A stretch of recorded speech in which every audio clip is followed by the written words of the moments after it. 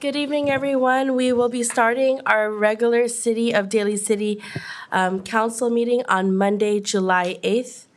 And at this time, may we all rise for the Pledge of the Flag. I pledge allegiance to the flag of the United States of America and to the republic for which it stands, one nation, under God, indivisible, with liberty and justice for all. Thank you.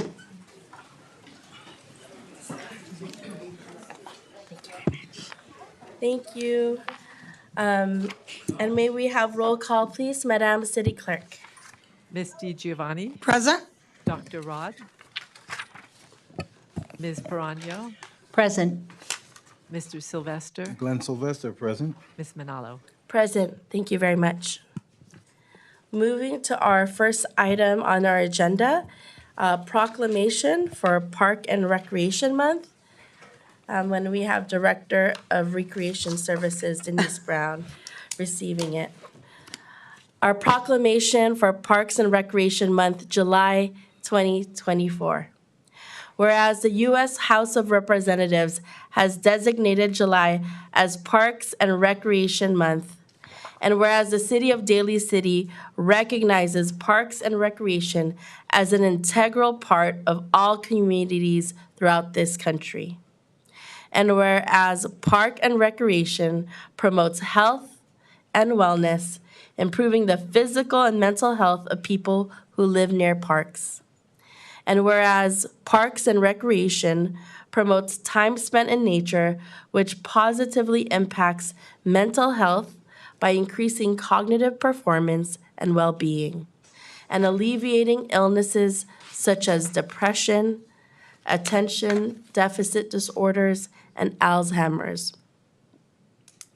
Whereas parks and recreation increases a community's economic prosperity through increased property values, expansion of the local tax base, increased tourism, the attraction and retention of businesses, and crime reduction.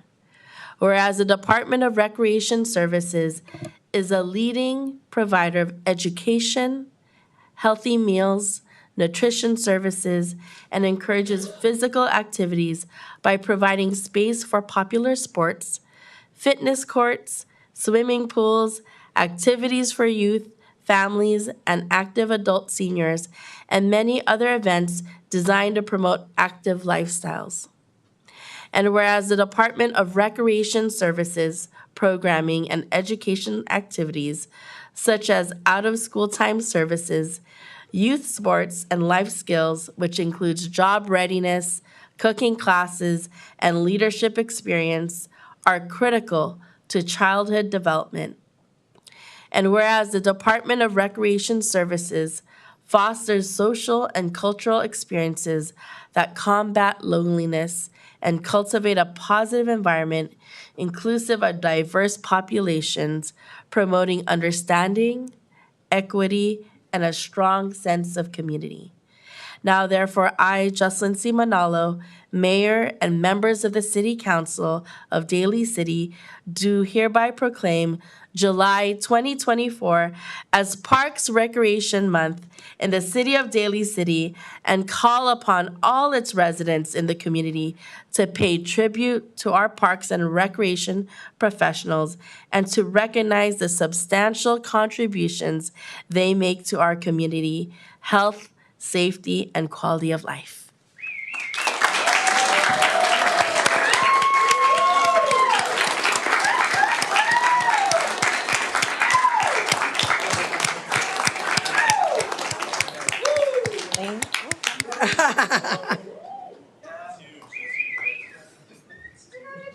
Denise.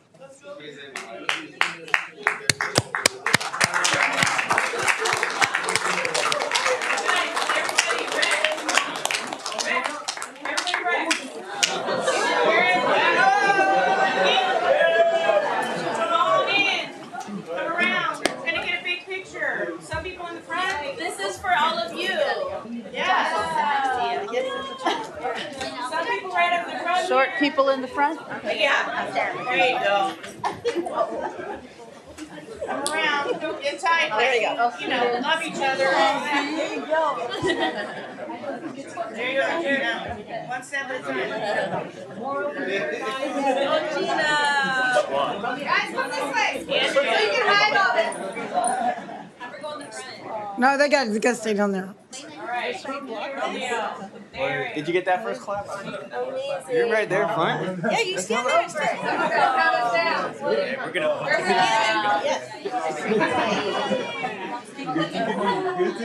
we at? Where we at? You should be in it.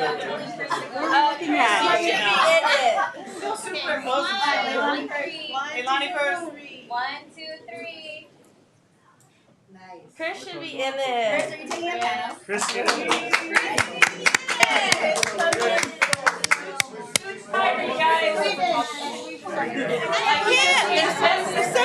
way. Hold on. Gina's getting the front. Gina's gonna show her. No, I'm not trying to show it.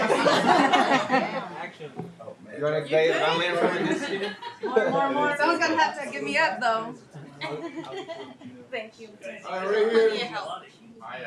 3, 2, 1. Okay. Hey,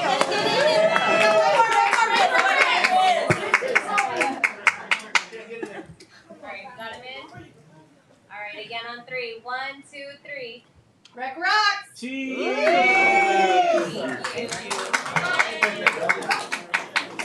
One of those weekends, Gina?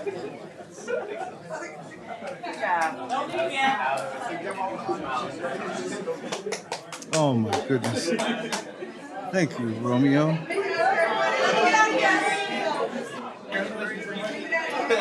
wait, Gina. Gina, hold up. So, She's giving a speech. Mayor, thank you so much for this proclamation, and members of the City Council.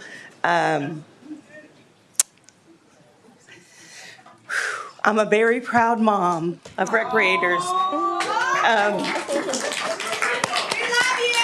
Everybody behind me gives 1,000% wherever they're doing. If they're on a youth program, if they're working with seniors, if they're doing a league, and we're always busy, as you guys are well aware, but it's very special to be able to be recognized and to recognize those individuals that give it every day. So kudos to all of you. I love you.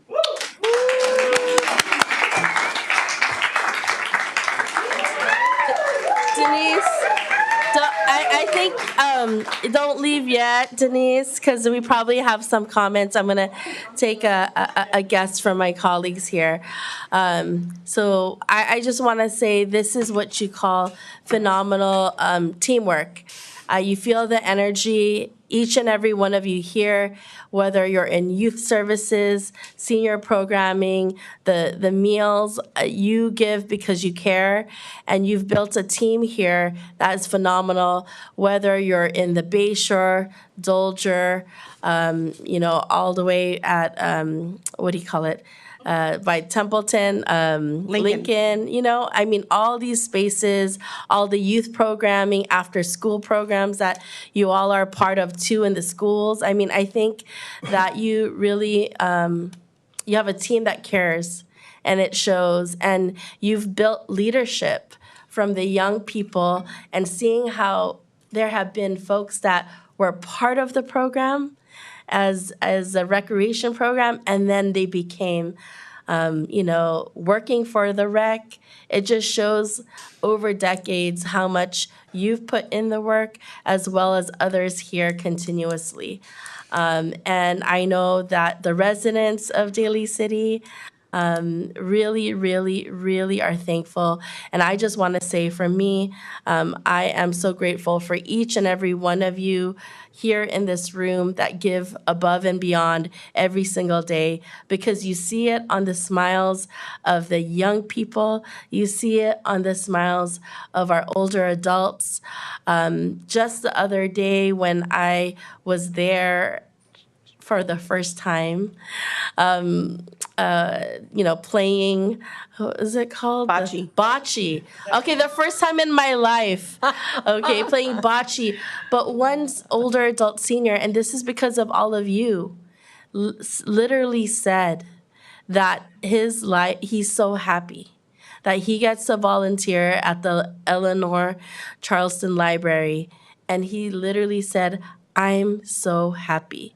When you hear the words, when someone says, I'm so happy, you don't hear that all the time.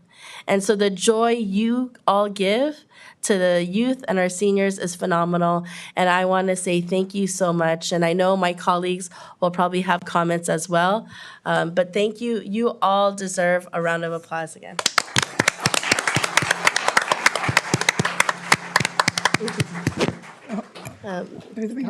May I? Yes, Teresa. You guys, what can I say? As a past recreation commissioner for a number of years, when I was, I always thought that was the best time. I got to listen and hear about everything that you all did. And so some of you have been there that many years. I won't say how many, but there was a lot. But what I say is how proud I am to have been a part of the Recreation Commission and to be part of all of you in a small way. But I will tell you, and some of you heard when I met with you all, how proud I am to be part of Daly City with all of you. You guys make it great. You make Daly City an amazing place to live. And all your special gifts, be it the food pantry, which I was quite impressed. I walked in, I go, it looks like a grocery store. It's amazing. Well done. You know, to the seniors, to the bocce games, Miriam, that was too much fun. And you know, parks for the kids, you know, anything that you do for the seniors, you make somebody's life better. You really do. And if you stay here long enough, you know, some of you had started as a young age, and or if you take the skill that you learned from Denise and your coworkers, what a gift in serving others. So thank you. I'm sorry I took too long, but I love you guys. You guys are amazing. Thank you. Thank you, Councilmember Prano. Any other comments from my colleagues? Councilmember Di Giovanni. Well, what can you say? And here you feel one big smile, one big heartbeat everywhere you go, from the Bay Shore to Gellert to Lincoln to everywhere in the city. The continuity is love and welcoming everyone. I know there are other cities, but Denise knows it. I've said it 20 million times. Bar none, every single one of you is the best at what you do because you follow your passion. And then when you follow your passion, it is the biggest reflection, and you don't realize that you radiate from the outside because you're doing it so humbly. You're giving from your heart. You guys are all working together, having a good time, I hope, which I see you do. But you learn how to, and that's so important. In these days and times, I see the Daly City teens. I see everything, the Laricom thing where you created for the youth and everything. And it's actually revolving and evolving of what you want. You're a reflection of what our city's about. And many of you are Daly City. And I hope you stay Daly City. And we need to make it so that you can stay here, live, work, play. And maybe we don't want our Denise to go anywhere. Because look at, I mean, she's the biggest example, Jen, and those of you in Opal, and I know, maybe been here a couple years, right? But you can make a career out of it. And wherever you go, you have family because you built a family here, and this is your foundation. And your foundation is going to be a rock for you. And Romeo, I know that you guys all give back to this community and work tirelessly when I see you out there with the events. And I know it's a lot of work. People don't think it's work and recreation. It is work. We have big events coming. They have to plan from one year to the next. You guys show up on time. And I was at the Hui Tavera, and I mean, there's everything. So much going on that this city actually is the heartbeat because they always look around. But Denise, bar none, and to the parks. I don't know if Fernazy's here. To the parks people, I say salute you because you also are a part of this as well, and that you all do work together when we have events. And then, so please give my love and my big gratitude to the parks as well. I see Mr. Chu.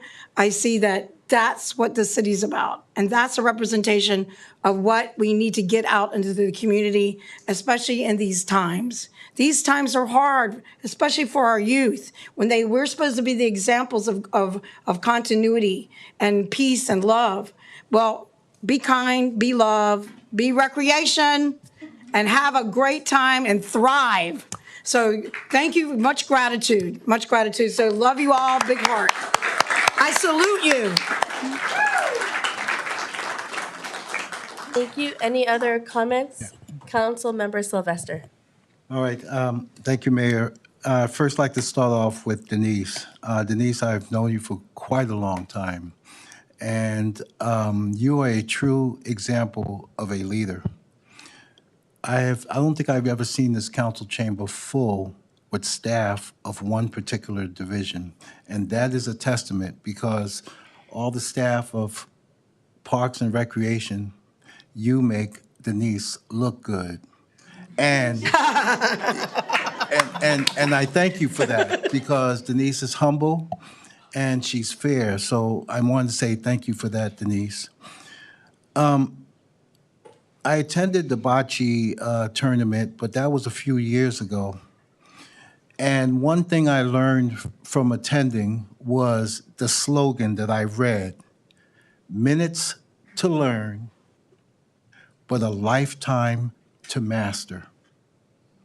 And I was just so impressed with that, and I'll never forget that. I'm always of the opinion, and I have always been, that the first line of defense comes from the home. The second line of defense is our teachers, but if you read that proclamation, what you provide to the constituents and the citizens of Daly City, young and much elderly, is again a testament of the variety and I can't think of the right word for it, but so much that you have to offer. And I'm very, very proud of that. As I walked in today, and I'm going to make mention, I'm going to call out a few people. When I saw the hat, and thank you, Romeo, for this, there was a young lady in the audience, and she was so happy to have a hat. And the mom is smiling, and she's hiding her face. Can you just raise your hand? No, just raise your hand. Very good. And she was so happy to receive a hat. And you know what she said to her mom? I'm going to give it to my brother.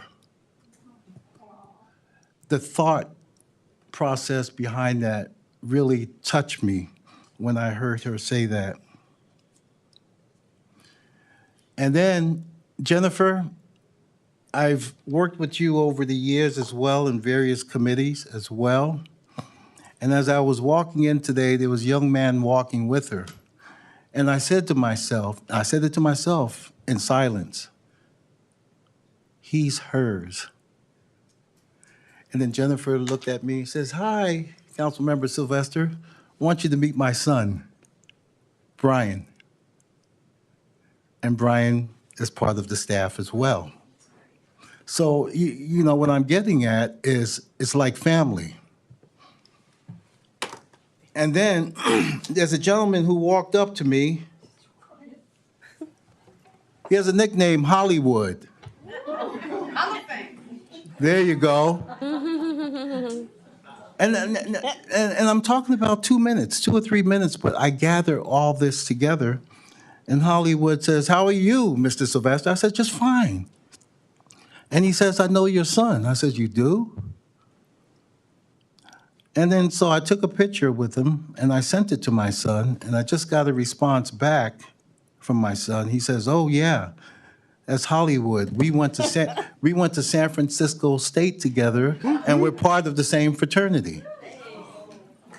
And I'm amazed at such a small world this is, and such as Daly City being as it is.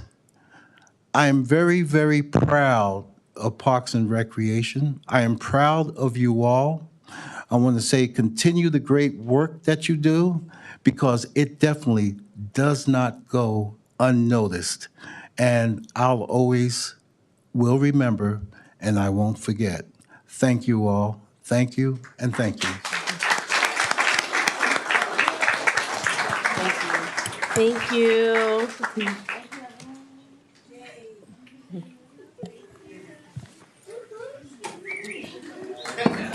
Yeah.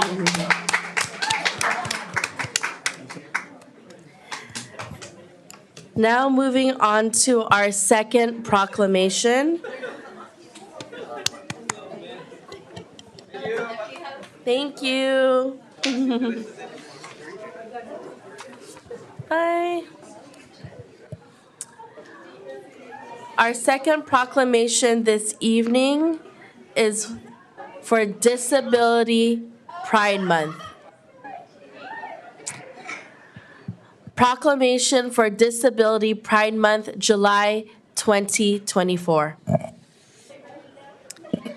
Whereas the month of July is recognized as Disability Pride Month, a time to celebrate the diversity, strength, and contributions of individuals with disabilities. And whereas the Americans with Disabilities Act was passed by U.S. Congress on July 26, 1990, to ensure the civil rights of citizens with disabilities. And whereas disability is a diverse identity in and of itself, encompassing those with physical, intellectual, developmental, emotional, invisible, acquired, chronic, device-assisted disabilities, and more. And whereas the disability experience is a natural part of life that intersects with every aspect of identity, including race, ethnicity, and social, educational, and economic background. And whereas disability should in no way diminish one's right to independence, self-determination, or engagement with society, but rather should be celebrated aspect of one's personhood. Whereas Disability Pride Month enables people with disabilities to redefine their identity with self-worth, serves as a tool to tackle ableism, bias, and discrimination, and reshapes false negative perceptions of individuals with disabilities as people with value, talents, and significance. And whereas Disability Pride Month serves as a reminder of the importance of recognizing the inherent value and dignity of every individual, regardless of ability or difference. And whereas the City of Daly City believes in the dignity of all individuals with disabilities, supporting equity and ensuring that acts of discrimination and hatred will not be tolerated. Now, therefore, I, Jocelyn C. Manalo, Mayor and members of the City Council of the City of Daly City, do hereby proclaim July as Disability Pride Month in the City of Daly City, and I encourage all people to join together in celebrating the achievements, advocating for the rights, and honoring the experiences of people with disabilities. May we strive for a future where inclusivity and respect are fundamental values in all aspects of life. Signed and sealed by Mayor and the City Council of the City of Daly City.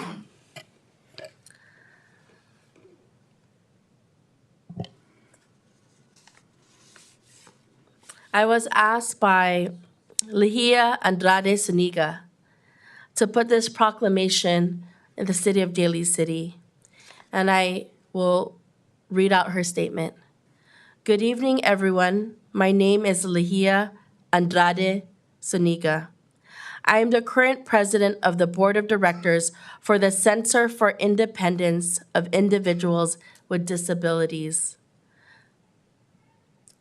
and also the chair of the State Independent Living Council, and currently the president of the San Mateo Union High School District Board of Trustees.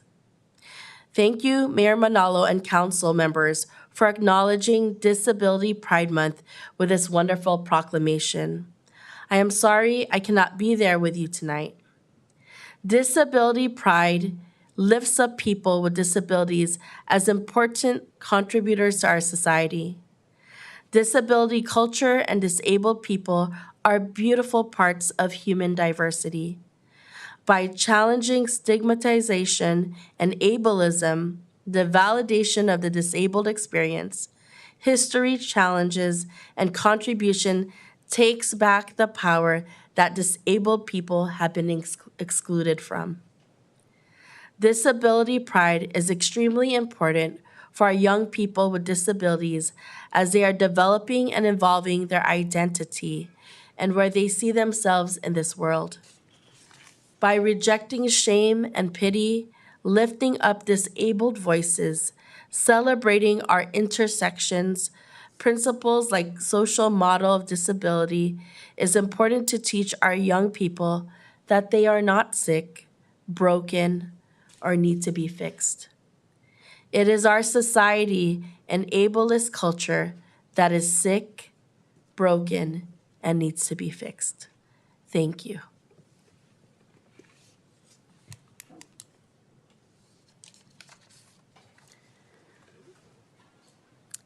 Are there any comments from my colleagues or? Go ahead, Councilmember Sylvester. Thank you, Mayor. This proclamation, as I read the words of it today, again, is very, very important. And it's something that has definitely brought about awareness, and I'm going to talk about one particular area of that. In recognizing disability when you're much younger, 20s, 30s, 40s, you don't think about the disability aspect because you yourself are probably in good health and basically can take on the world and tackle anything. This brings me back to a thought, well, actually an event that happened to me approximately 12 years ago when I was out of the country, and I inadvertently tripped on something and fell. And my wife said to me, Glenn, what's the matter with you? And I said to her, do you think I want to fall down? And ever since then, and being part of Daly City, and as you drive around, you come to various crosswalks. And when I do, I look for disability access in those yellow ramps. And I think our city has done an outstanding job for the mobility of those who are disabled. But when I heard the proclamation tonight, young folks from the letter that was read, maybe young folks in their teens, or maybe even younger, who struggle with independence and mobility to get around. And all too often, we forget and we just think it's relegated to just senior citizens or those who have had things occur in their life. So I believe this proclamation is very meaningful. It brings about awareness, and I'm actually proud to be a part, along with my council members, to sign such. And I hope we can basically set the bar for other cities to follow.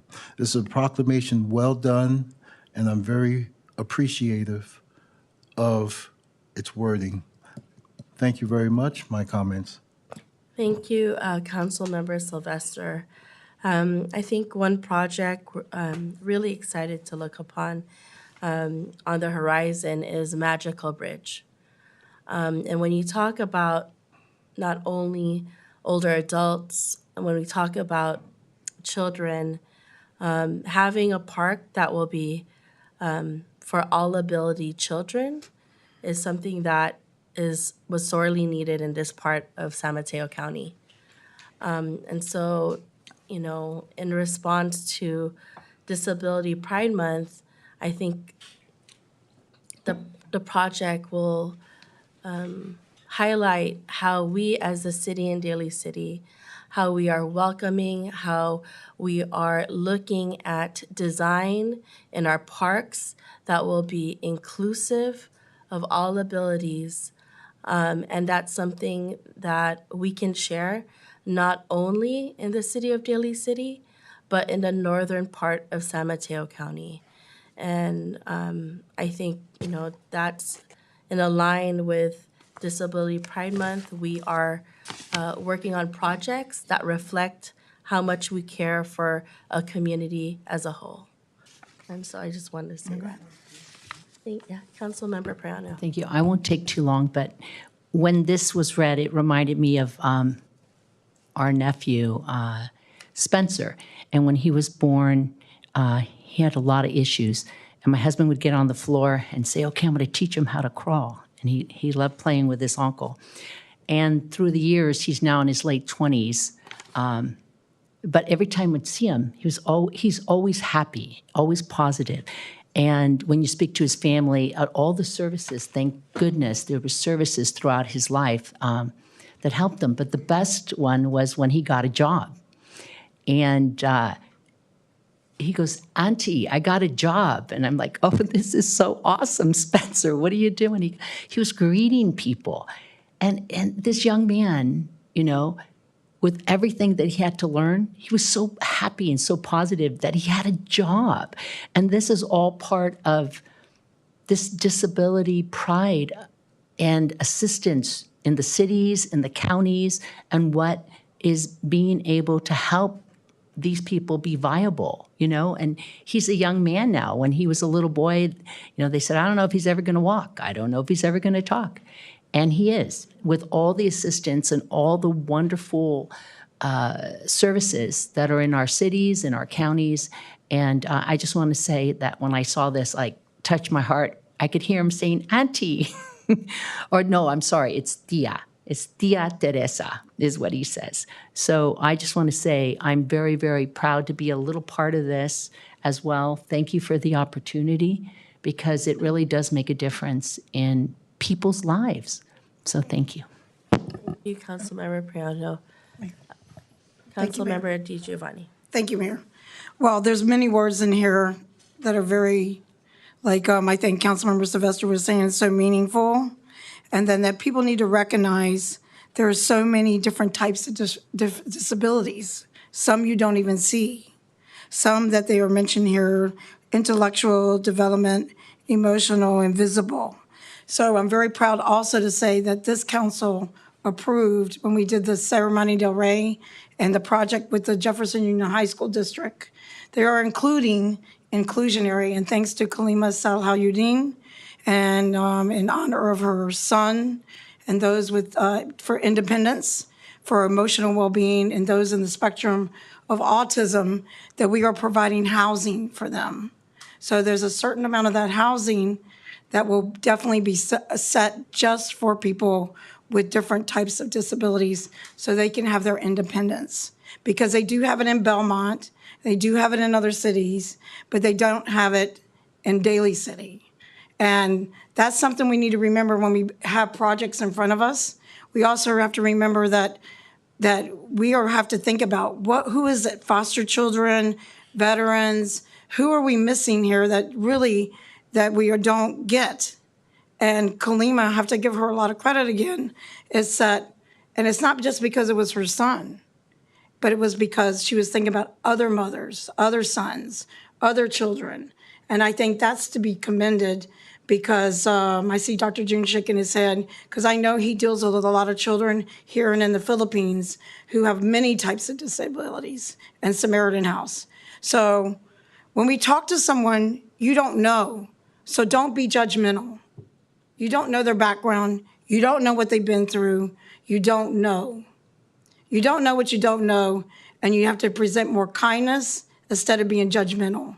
Because being judgmental, I don't think that's where the world needs to go today.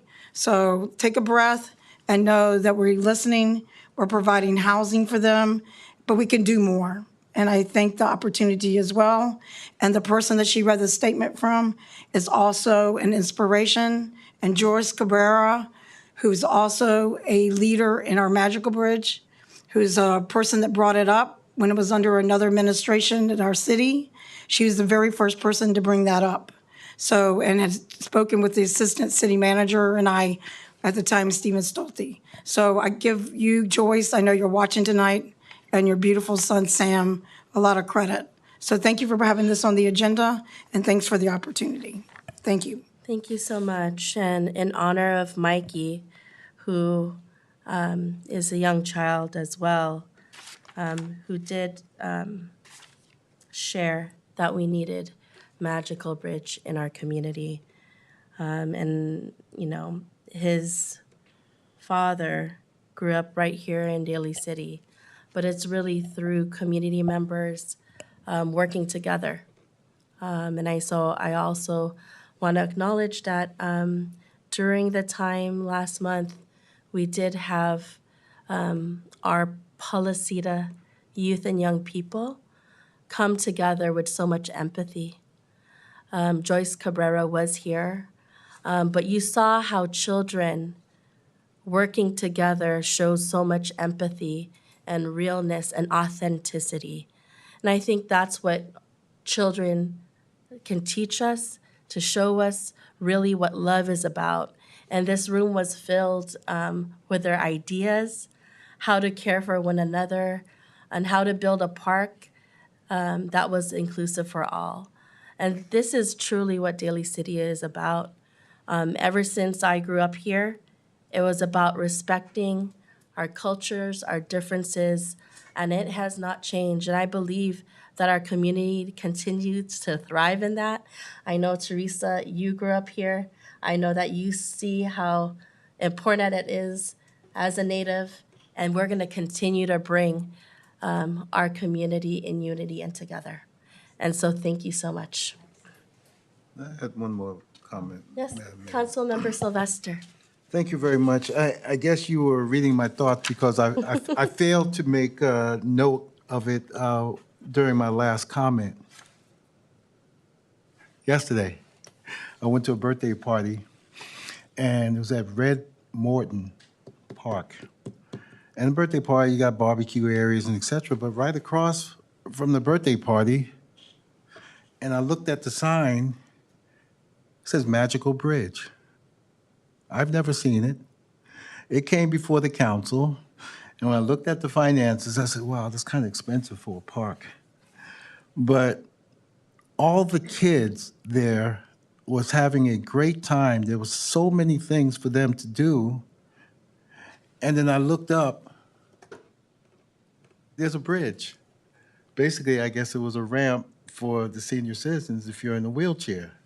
Wow, what a great idea. And then somebody said to me, so what's so special about Magical Bridge? And I felt so high and mighty. Well, don't you know that they accommodate the young, the disabled, and the elderly? And I just felt good to explain it to them. And I felt especially good to know that we as a council approved the Magical Bridge coming soon in Daly City. So watch for it. Thank you, Madam Mayor. Thank you.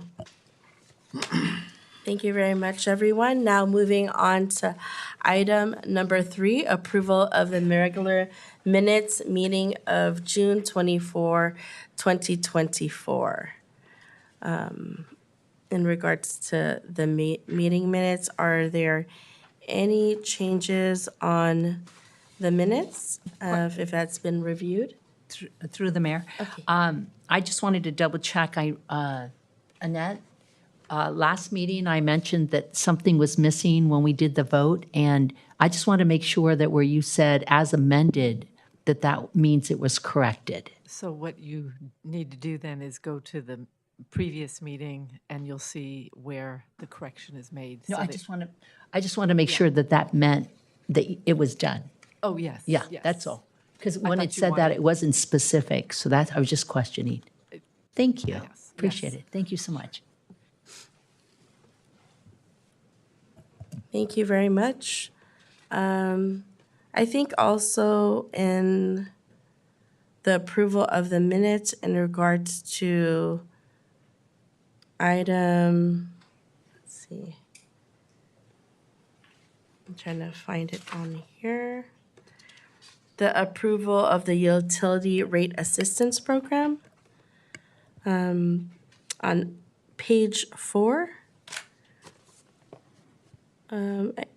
I think that in that paragraph, there is actually some verbiage missing in that paragraph, Madam City Clerk.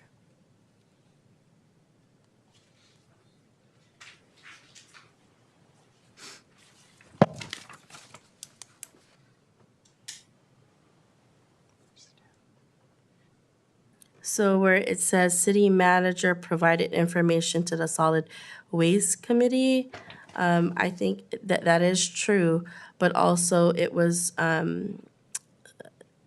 through, I think it was mentioned through the leadership of being able to recommend the utility rate assistance program, and it's not notated there.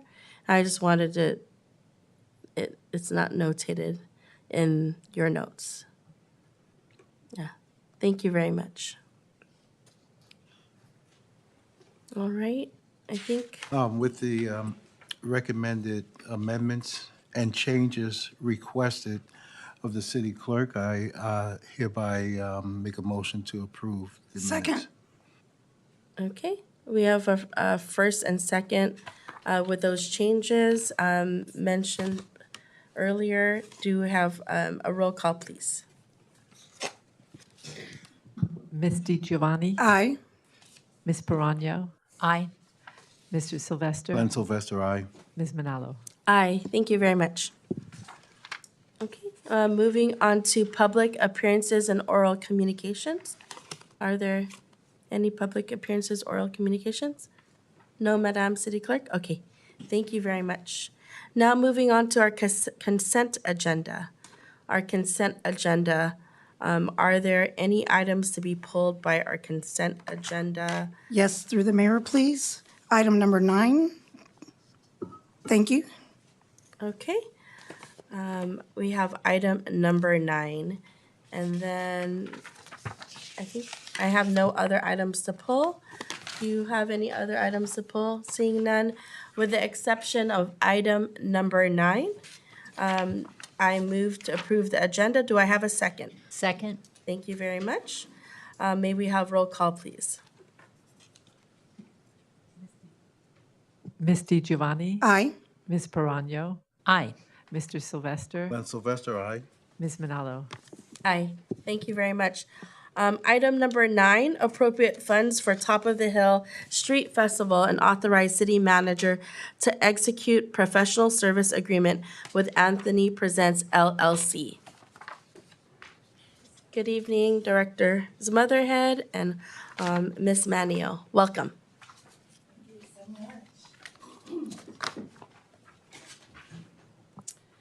So this is a request to appropriate funds for the Top of the Hill Street Festival and authorize the city manager to execute a professional services agreement with Anthony Presents. I think the council's well aware that the council has always historically been supportive of revitalizing the Mission Street corridor. And historically, there's been quite a few actions that have taken place, everywhere from having established a redevelopment area to rezoning the corridor to make development a little bit easier. But one of the pieces that's always been missing is that component of placemaking and community engagement, engaging the business community. And so With that, it's staff's position that having a street fair would be a good way, and I think that's been inspired by some council members in the past and brought that idea up, is to create a street fair that would invigorate the neighborhood, bring people to the neighborhood that's already got a name. It's the top of the hill. So in considering that proposal, staff released an RFP seeking out services of an event planner to help coordinate that event. There were 2 proposals that were received, and Anthony Presents was the lowest bid and also the one that was a better fit for the community. Anthony Presents has over 20 years of experience planning large-scale events. So with that, based on the proposal, it is estimated that the total cost of the street fair would be about $100,000, with only $10,000 of that being designated for the event planner. The remaining costs would be for reserving and purchasing other materials and other activities related to the street festival. One of the nice things about Anthony Presents' proposal was the fundraising and search for sponsorships to help backfill the costs. It's estimated that it could be up to $76,000. So what staff is asking for is to appropriate the funds and then create a line item in that account that would allow for taking in revenue for the street fair. So with that, staff is recommending that the city council appropriate $100,000 of unallocated general fund balance for the purposes of establishing the Top of the Hill Street Fair, with an estimated $76,500 in revenues generated from fundraising and sponsorships to replenish those costs. And staff is here, and I just want to introduce Maybelle Manio. She's our economic development specialist. She will be the project lead at the staff side. She's already done an amazing job coordinating the various departments that would have a piece in this special event. Thank you so much for your presentation on this. I think that this has been a long time coming. I know that when this idea was brought forth, it was probably 2016, 17. But this is really aligned with what our budget priorities have stated around tourism. And when we talk about having Top of the Hill Daly City, people know that's probably my age or older about Top of the Hill Daly City. But this is an opportunity to highlight the small businesses that we have in our community, and then be able to work with other small pop-ups that are in Daly City and really bring everyone together, whether it's culturally, having, health opportunities and access. And when we designated, we were the first city in the nation to designate loneliness as a public health crisis. And when we think about the events that we have and we need to bring people together, this is one of those events that are not small, but a large event that I know, even talking to some of our firefighters years ago around being able to activate that part of town, like that firehouse right there, when we shared about ideas around being able to really, have a festival. Pacifica has Fog Fest, and Millbrae has the Wine Festival, and now City of Daly City will have Top of the Hill Daly City. And I have to do a nod to Marianne Mann over there, because I know she shared with me some history that way before my time, there was the Gateway Festival. And so we are bringing that element back into our community, and that may have been it then, but now we're going to have a resurgence, and we're going to have the Top of the Hill Daly City Festival. And so I want to acknowledge both of your hard work in doing this, knowing that it's really a collective effort to ensure that everyone that wants to participate, everyone that wants to be part of this is going to be part of it, whether it's the schools, whether it's cultural organizations like PBRC, PIT, we have Westgate School of Performing Arts. I'm talking about being able to highlight what we have here as Daly City, I don't know if all of you out there don't know, but Daly City actually has a car club, classic car club. Okay, and so bring in the elements of health. I think there's so many opportunities around partnerships, bringing organizations at the forefront, whether it is also the Lions community, whether it's also many, many other organizations. And so to see this here is really phenomenal. You've talked about how we have redesigned and planning on Mission Street corridor. We know that there's been work around pedestrian safety around there, but we definitely have a lot more work to do around really reinvigorating the top of the hill area. And so seeing this here is just a first step. And it's pretty amazing to see how it's not only top of the hill, but being able to work with the BART station area and having those elements. And so when we had our budget, kind of our priorities, I know on there that tourism was on the top 5. And to me, this aligns with those top 5 because what we want to do is not only have Daly City as a pass-through, we see Daly City as a destination. And so, Councilmember DiGiovanni. Yeah, thank you. I have several questions since I'm the one that pulled the item respectively. Thank you. So I do have some questions. So when is this scheduled for? Or is there a scheduled date? October 19th. October the 9th 19, of this year? yes. Okay. It seems like a very short time when people in Millbrae, when they do their festivals, they have to plan like a year in advance. So that was one of my biggest concerns. And also, I just need to ask these to clarify because a lot of people contacted me and then for the city. So I think, of course, I support festivals. I support the top of the hill. I support us promoting our city. To be frankly, Top of the Hill currently is not really ready for prime time at this time. And it is a very short time to plan a festival if you really want to have a successful festival. And I really didn't understand why recreation wasn't involved. And actually, at the Top of the Hill now, we have our Masons who volunteer, and they're here today, and they clean up in the San Francisco Host Lions, and it is pretty bad around that area. And that they have been trying to open a free community clinic and to make it beautify that area with flowers and with canopies, and since over past last August. And the fact that we're taking money, $100,000 out of our general fund.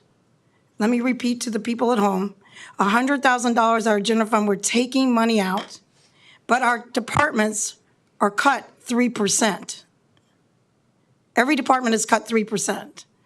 Now, we really have to get back, and yes, it would be great to showcase, but let's do it when we're ready. Like, I think once we get it ready, let's get the community clinic, and they're here tonight, and there will be a benefit for all. And it is part of the age-friendly planning that we need a health clinic when I saw that presentation. And these people have been ready for a long time to get it ready. And they have the equipment, they have the physician, they have the wherewithal to get it done, and it serves the whole community. People are struggling right now for money, and we're telling them we're going to take $100,000, and we don't have any guarantee of getting back $76,500. Now, if you were a person and you took your money out, wouldn't you want some kind of a guarantee to get money back? We have no guarantee we're going to get money back. If we got the $76,500 back, we still would be $23,000. Now, also, it is a area that, yes, are we already going to promote the people that are already there? It's a one-time event. These people and these businesses that are struggling, and we're talking about 100,000, they contacted me and said, wow, How come they didn't come to me and propose giving us a grant or giving us any money to help with our restaurant or helping us with our hair salon or any of that? And to take the money out of in case we have another pandemic, we are taking money out of our general fund. That's the thing that really I could not believe. But, which is, okay, I get it. So the health clinic, which has been asking and was going to make it beautiful up there with canopies and everything else, make it clean, and they still are up there cleaning. We need to make it an area where once it's clean, once we know that people have an investment in the neighborhood, they have been engaging the neighbors, and the neighbors are excited that there's cleanup. There's still mattresses, and I know it'll be clean for that day. But if we're going to really promote an area, then once that day is over and people come back during the week, they're going to look at that area and say, what happened? What happened? It was camouflaged by music and great things and performers, which is fantastic. But let's work on that part first and revisit this at a different time when we actually can and have more time to plan it, like the Mill Brave Festival. They wait till the next year and start planning it again, where they actually create the revenue. I think that that's a good thing that we need to do. Also, I want to ask, let's see for the, wait a minute, hold on. Let's see, for the transparency's sake, I have a lot of questions. Oh, and in that number that we saw for the staff, does that include the staff that has been attending the meetings? And who has been, like, who did the impotence of this meetings? Has any of our council members been involved in any of this before tonight? For transparency's sakes, I really would like to ask that. And usually recreation makes our events. Why would we give somebody $10,000 as an event planner when we have a great recreation department and we are a city? We're not a bank to take out money and then and put it into something and not get a return when we have departments with a 3% cut. I'm sorry, it's a financial thing, but we can get there. We can get there maybe for a street festival. Once we get the area to where it's thriving, people are coming to a clinic and they take pride, and maybe we add a little something there for growing healthy foods and involving the restaurants around the area to create that community with the Crocker Lodge and the beauty salons that are needing help. So I'm not against a street festival. I just think the timing and that it's a short term to create one and to take money out like that and to give someone outside when we have talent here in our own city. And on these committees, I want to know, just again, for transparency's sakes, I would like to know, I certainly have not been aware of this. And if any, on the cost of the staff, which staff would be involved in what departments in this festival and in the meetings that you guys have had? How much time did they come in to have meetings on this? And were any council members involved in any of this? Because we as a council are policymakers. We're not event planners. We're not here to create events. That's our recreation. And we're not here to ask our staff to take money out of general funds if, God forbid, we have another pandemic. And God forbid, we don't know. Because we just did the budget. And now I'm hearing that I've never heard of taking general funds out, even though they're not designated. And we haven't even made a commitment to the health and wellness of our community. So that is long overdue. Let's see, okay. So I would like to know respectfully, what staff is involved and how are there costs of attending, and who are the members of the committee that decided this today, that came to this, and that is going to be October 9th. It has to be this year. and it seems a little rushed. And if any of my council members, and then also, my other question is, respectfully, I think at this time, that took away from the other responsibilities. One more thing before we open it up to public comment is that I want people to know that we all know optics matter, right? And we as a city, and our financial responsibility is key. And I'm not saying we can get there sometime for something like this. That isn't like in a priority planning.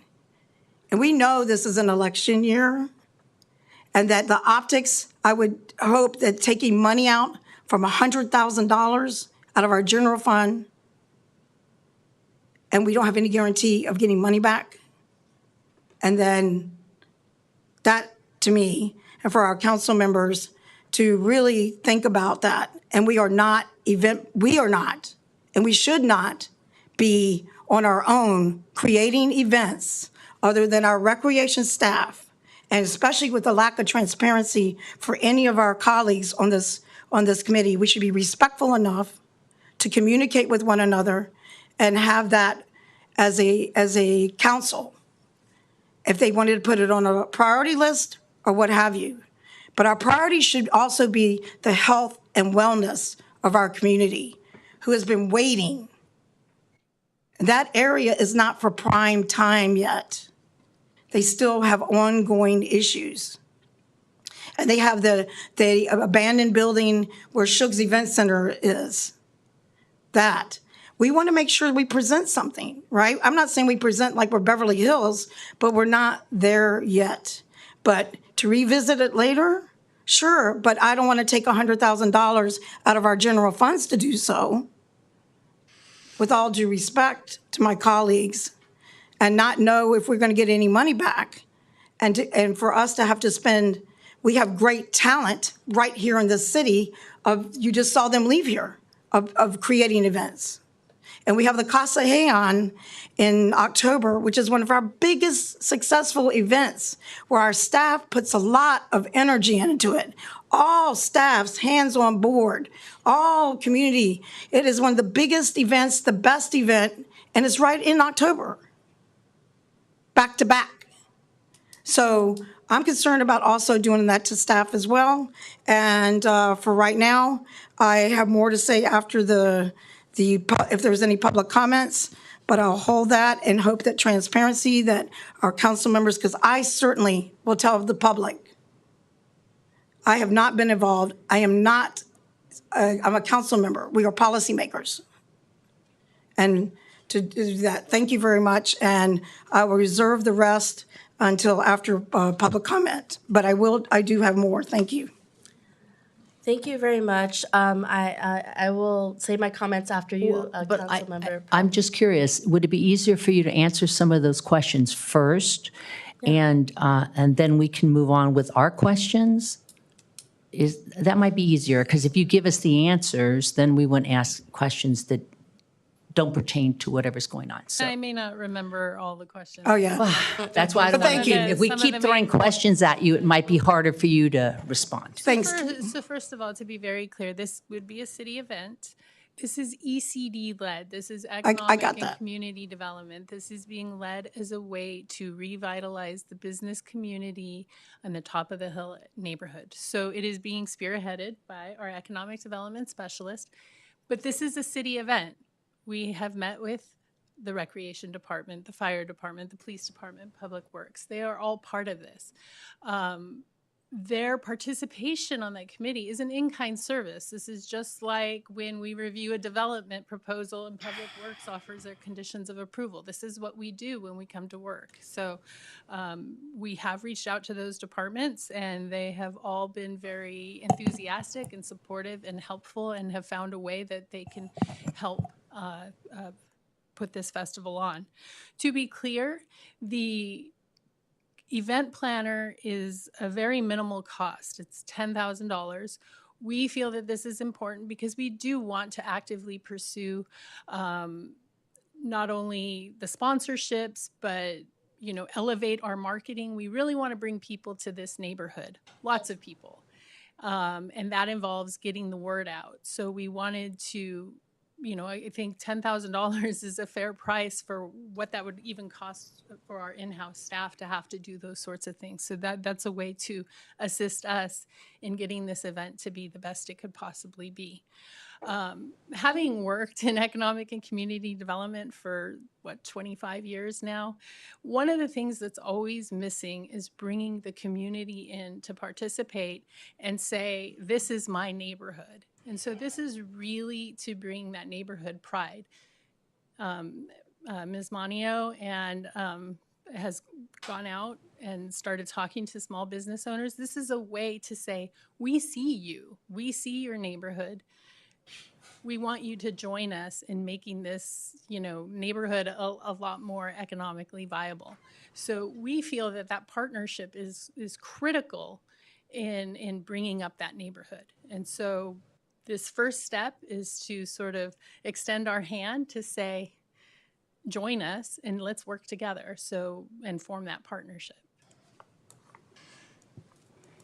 Thank you very much for answering some of those questions. I do want to say something, and I don't think this is a moment of debate or whatnot.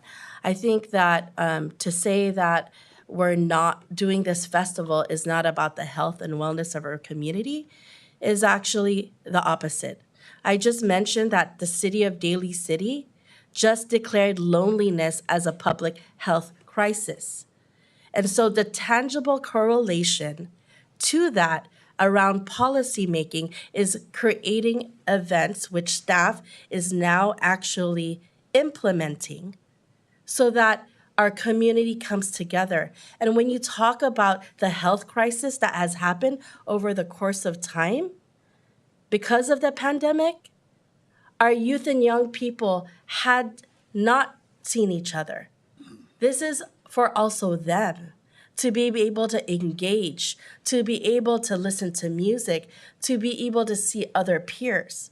So when I hear that we're not prioritizing health and wellness, with this type of fair, it's not either or. And I don't like it when I hear there's a pitting of priorities because it's not. And I said it earlier, it's about the community together.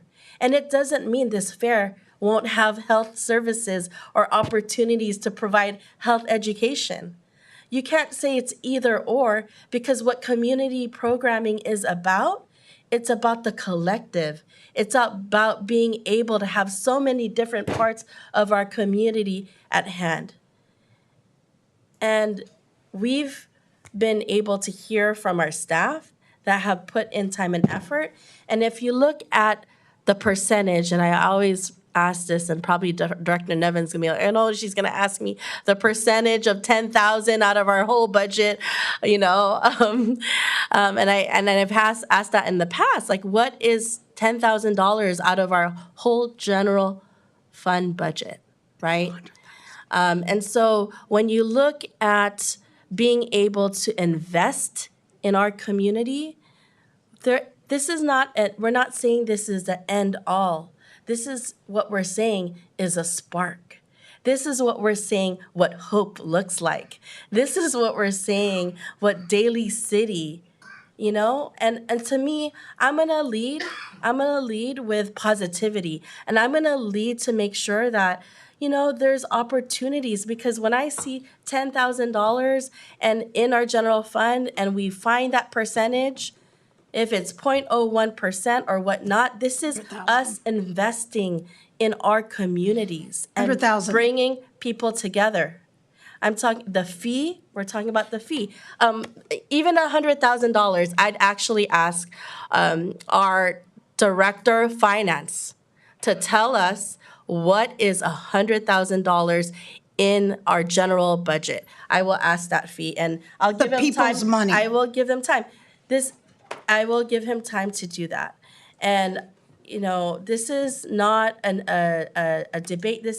I understand that is, but that's why we have an economic development department so that we are able to grow, and they are working with small businesses And so for me, I just want to say thank you. Thank you, Director Nevin, for coming up with, I just need to understand just the cost and I have questions as well. comparison. Excuse me, I'm still talking right now. Councilmember Di Giovanni, kindly respect my role as mayor. Thank you very much. Good evening, Honorable Mayor and council members. You're asking about $100,000 as a percentage of the total general fund budget. Yes, please. That'd be approximately 0.08%. 0.08% of our general budget. Yes. Thank you very much. I appreciate that. 0.08%. You've clarified it very clearly. Thank you very much. Through the chair, but it's still Councilmember Di 100,000. Giovanni, now it's Councilmember Priano's time. I'll Thank yield you to very Ms. much. Prano. Thank you. Thank you. So I've been listening. This was something that I read about when I first saw it.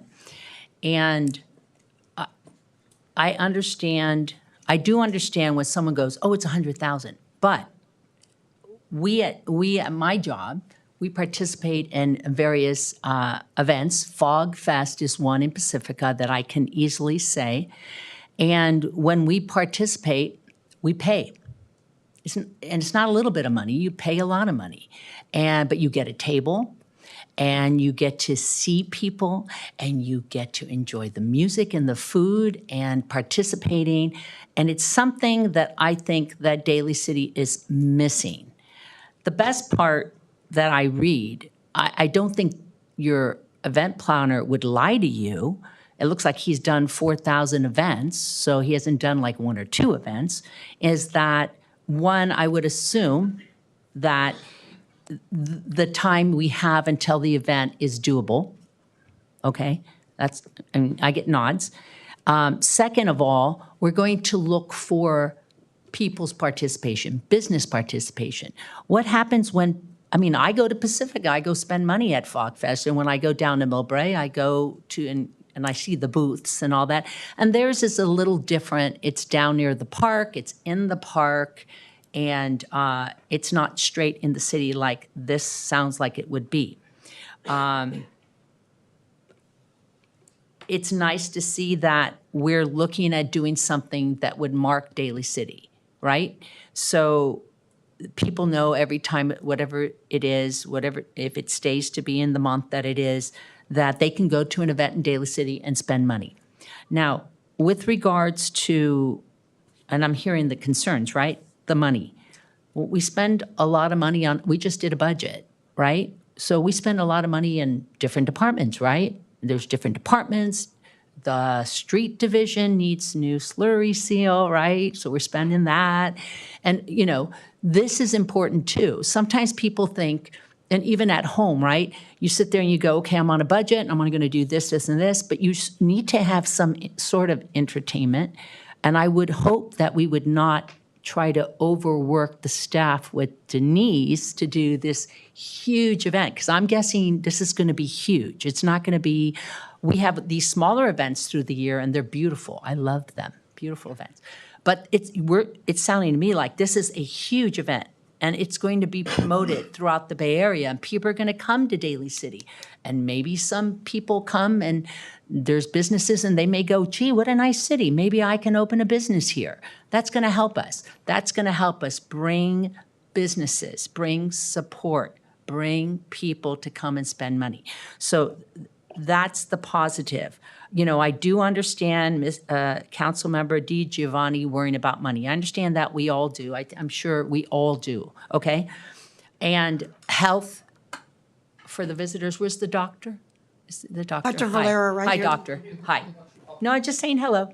That's important too, but I think that importance, and it's very important, should be in a different part of our meeting. You know what I mean? Like, if this is something that we should be addressing, right? We should be addressing, then that should be brought up on the agenda, right? And we bring it up, or you have meetings first, right? So you have meetings. You have meetings that you guys talk about it, and you see how the city of Daly City can work with you. I'm just saying, the process. And then it comes eventually to us. So it's a commendable thing that you're doing, but I don't know if your importance, because it's very important. Can I give public comment? Not right now, later you can give public comment. But what your importance is not with this event. It's separate, and it's important. It's very important what you're doing. But what we're talking about here, and I'm trying to understand, right? So I'll tell you when I grew up. When I grew up, I don't think we had, I remember, I have a picture of me sitting on the side of a red and white pickup, and I was in high school, and we had some parade. I don't think you can do it now, but it came down Mission Street, and all the girls, we were all dressed up. Anyway, so, and I remember that. So, but we've never had a fair, a real fair, like the excitement that you go to Burlingame or Millbrae or, Pacifica. And it's a great thing to do. Now, on a separate note, it was something I was asking about, and I know it came to your department. There was something, and Marion, you remember this? It used to be about 20 years ago. I think already it's come to your department, my suggestion. 20 years ago, there was a fund, and it was for businesses. So if somebody in a business wanted to redo their awning or and I understand that's part of what you guys are trying to do. So first steps first. So you would, that's something else that you guys are doing, that you're going to businesses and you're saying, hey, what do you guys need? So you're hearing what they need and you're talking to the businesses, which is important, right? And it sounds like these businesses are excited that we're doing something in their neck of the woods. It's in their neighborhood. And so they can promote their food or their business or whatnot during this event, I'm guessing, right? Okay, so that makes sense to me. And then this other project where, you offer a grant or something and they can, make their business better. So another step. So there's baby steps that you guys, I'm sure that we don't know about. And it's nice, come and let us know what you're planning on doing to make these businesses better. So that's important. So going back to the money, I understand, I will be honest with you, it was the top thing I read. It said approximate 100,000. I saw that, I circled it, I printed it. But I understand the next line where it says 76.5, you guys are thinking it's coming back. And that's what these event planners do, right? Because I know when we do FogFest at my work, they write a check to FogFest, right? And they get their money back. So what I'm saying is, on my point of view is, I understand that to make money, in our case, to make things better, it costs money. It's nice that this looks like you can make most of the money back. And if you do that, which that's our hope, right? And this is what this guy or woman said they can do. What's $25,000 to put on a fair? Like to put on this event and bring people from all over the Bay Area to Daly City and get to know us. So that's all. I mean, I may have something after Mr. Councilmember Sylvester would like to speak. But thank you. Thank you, Councilmember Prano. Councilmember Sylvester, you have any comments or questions? Yeah, before I make a final comment, I would like to know a couple of things based upon the information that I've read. There's a line item that says staffing, which contains security and police, two separate items. So would that mean you'll have police representation and also maybe private security guards?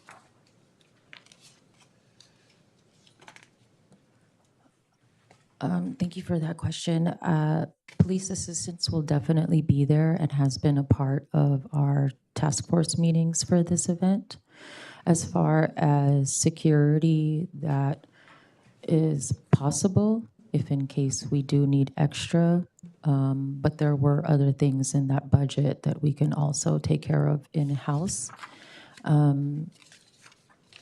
If that was your only questions, Council Sylvester? No, I mean, here, according to the line item, it says security 2,500 and police 2,500. And that doesn't go into a deeper dive as to the hours of the fair and how much would we be paying the police per hour, how many police officers and how many security officers, and just taking a roundabout guesstimate. I would say $2,500 can perhaps provide 3 police officers for maybe 7 hours, 4 hours. It's just not broken down to me. So I think the numbers may be skewed a little bit, and that was the question I had on that part. This is the budget that came out of the event planner's proposal when answering the RFP. But we do understand that this is all just an estimate from him. And okay. really, festivals like this cost over $200,000. So we're really trying to work on shoestring here. I'm sorry, you said 200,000? Yes, the Pacific Fog Fest is over 200,000. Okay, well, I'm not doubting.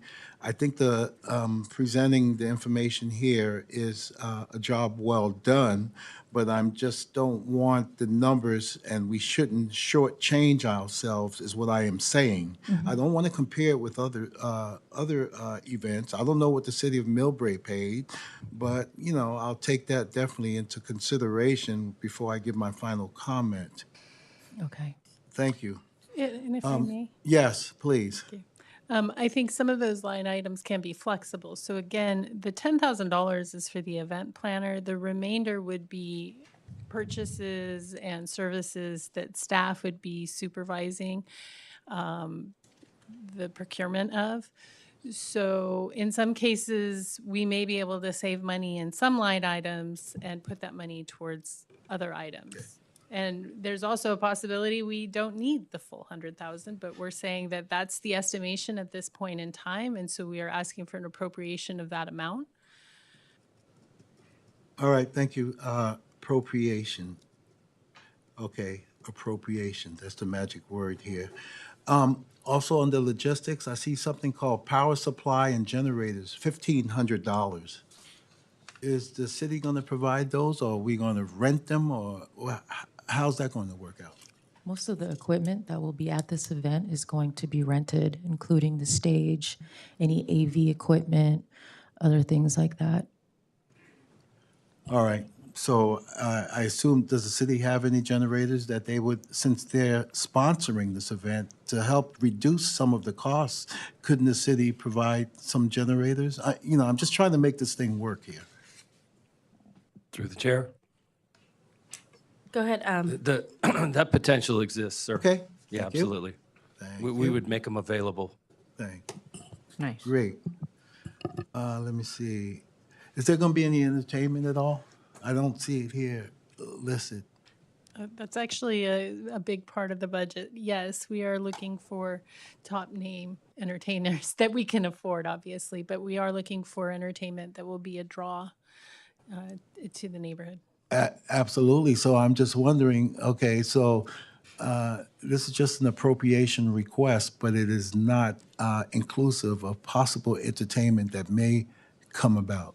So the $100,000 budget that we're requesting has an earmark for entertainment. So entertainment wouldn't be an add-on. Oh, there it is. I Yeah. see it. 20,000. I got it. And one of the things we're looking for is a wide array of entertainment that would be appealing to a large cross-section of age groups. So, and then, obviously some entertainment we might be able to get for free. Okay. But we do want to seek some sort of headlining type entertainment that would be a big draw. Okay, well, the title of this, it says, I was looking at the slide deck earlier, and it says cultural diversity. So I would think it would include entertainment of various cultures, but I guess that's to come about through marketing as we market and move forward. Okay, got that. All right, well, that's all. Let's see, revenue. That's all I have at this time, and I'd like to reserve for my final comments later based upon if there's any public comments. Thank you. Thank you very much, Councilmember Sylvester. At this point, are there any other comments from my colleagues? If not, I will check to see if there are public comments in the audience or any speaker cards. Okay, no speaker cards? No speaker cards? Okay. Yeah, for this particular item, yes. For- Point of order, to keep matters on the record and straight, I request that we open now for public comment so that it's documented. Open to public comment at this time. Making a motion? Oh, I'm sorry, Councilmember Sylvester, it's not a resolution. It's not, is this a resolution? No, right? It doesn't have to be a resolution. This is a matter that we're going to make a decision on, especially in appropriating Oh, funds. no, So- I mean, that's why we're calling every item, if there's a public comment, they come up. So if we want to Okay. second you, we can, but it's not Gotcha. necessarily the Got you. process. I Yeah. withdraw. Yeah, okay. Absolutely correct. Okay, thank you, Councilmember Sylvester. Yes. I was like, oh, we're not in a formal public hearing, but Got you. they're coming up, yeah. So, good evening, council members. I'm here as a resident of Daly City, and I believe this is an open for public. That's why I can come here and listen to our distinguished community leaders or council leaders. I am a voter of Daly City, a taxpayer, and a community leader, a business leader, an influencer. I have 4 votes in my household. Pat has 4 votes. And I have a lot of family members, friends, patients that also voters. And I'm a stakeholder. And I watch you, council members. I'll make sure that what we are doing is for the good of our community. Because I love Daly City. We are partners for the good of Daly City. So my question is, the idea about this topic is that it's very good bringing community together to make Daly City look good. However, that place, we've been cleaning that for the last 2-3 years. That area, we cleaned that. That building, the North Pantry building, is abandoned for more than 1 year, and we cleaned, especially the masons. We clean that once a month, the surrounding area, all the way to the bus station, to the fire station, and it's really a mess. We clean it. That's how we love the community. So the spectrum is on both ends. One is what you're telling is celebration, and the other spectrum is service.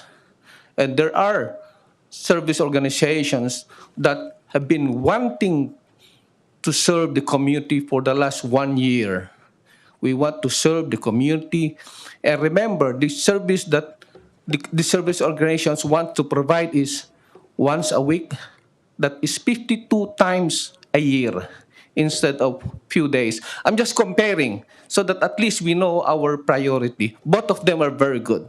Thank you very much. Thank you so much. The item is not on this agenda, specifically the health thing, and I know that you all want this very badly, and we've talked about this. This is not a comparison of the two, but if you'd like to compare it with my colleague on here and compare the two, it is your public comment in that realm.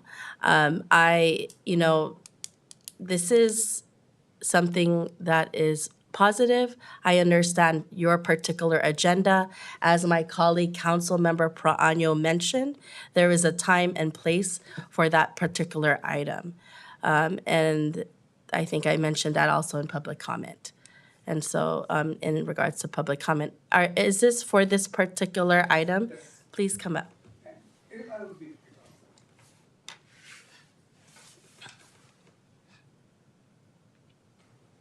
Good evening, everyone. Honorable Mayor, council members. I love the festival. If you remember 1999, usually the festival and the celebration is done on the West Lake because You remember 1990, we have Westlake, we have festival there. The reason is I'm with council member Sylvester, security, parking, and the area. Safety is number one because, right, you have to spend for police security. You have parking. You have a lot of officers. I will suggest that if you will do this, I think you can involve other civic organizations of Daly City, and there are more volunteers. Part of security, but my main concern on top of the hill is really parking. You cannot bring outside people if they don't have parking. That's it. Thank you very much. Thank you so much. Really appreciate the comments here. I understand how much you love Daly City. We all love Daly City too. I think that you all have come to my office. I'll be very frank and direct, and in request to really highlight the services. I think I mentioned earlier that this is a collaborative effort, and that whether it's the Lions, the Knights of Columbus, or other entities that would like to get involved, this is a collaborative effort.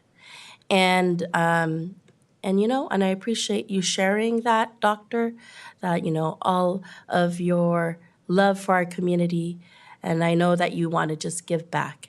I hear it very clearly, and we'll get to that point. I think today is about not that particular building that you all are eyeing for. I think that what today is about a festival in the city of Daly City to be able to call our own, the top of the hill, and to be able to bring what was mentioned, music, food, health opportunities. I think, and I would probably share with staff that, it's an opportunity for all organizations to come, table, and share. And like I said, this is just the beginning.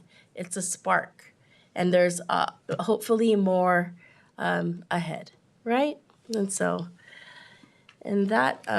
You have one more Point of speaker, order. One more speaker. Brent Taylor. Okay. Brent Turner, pardon me. Okay, please come up.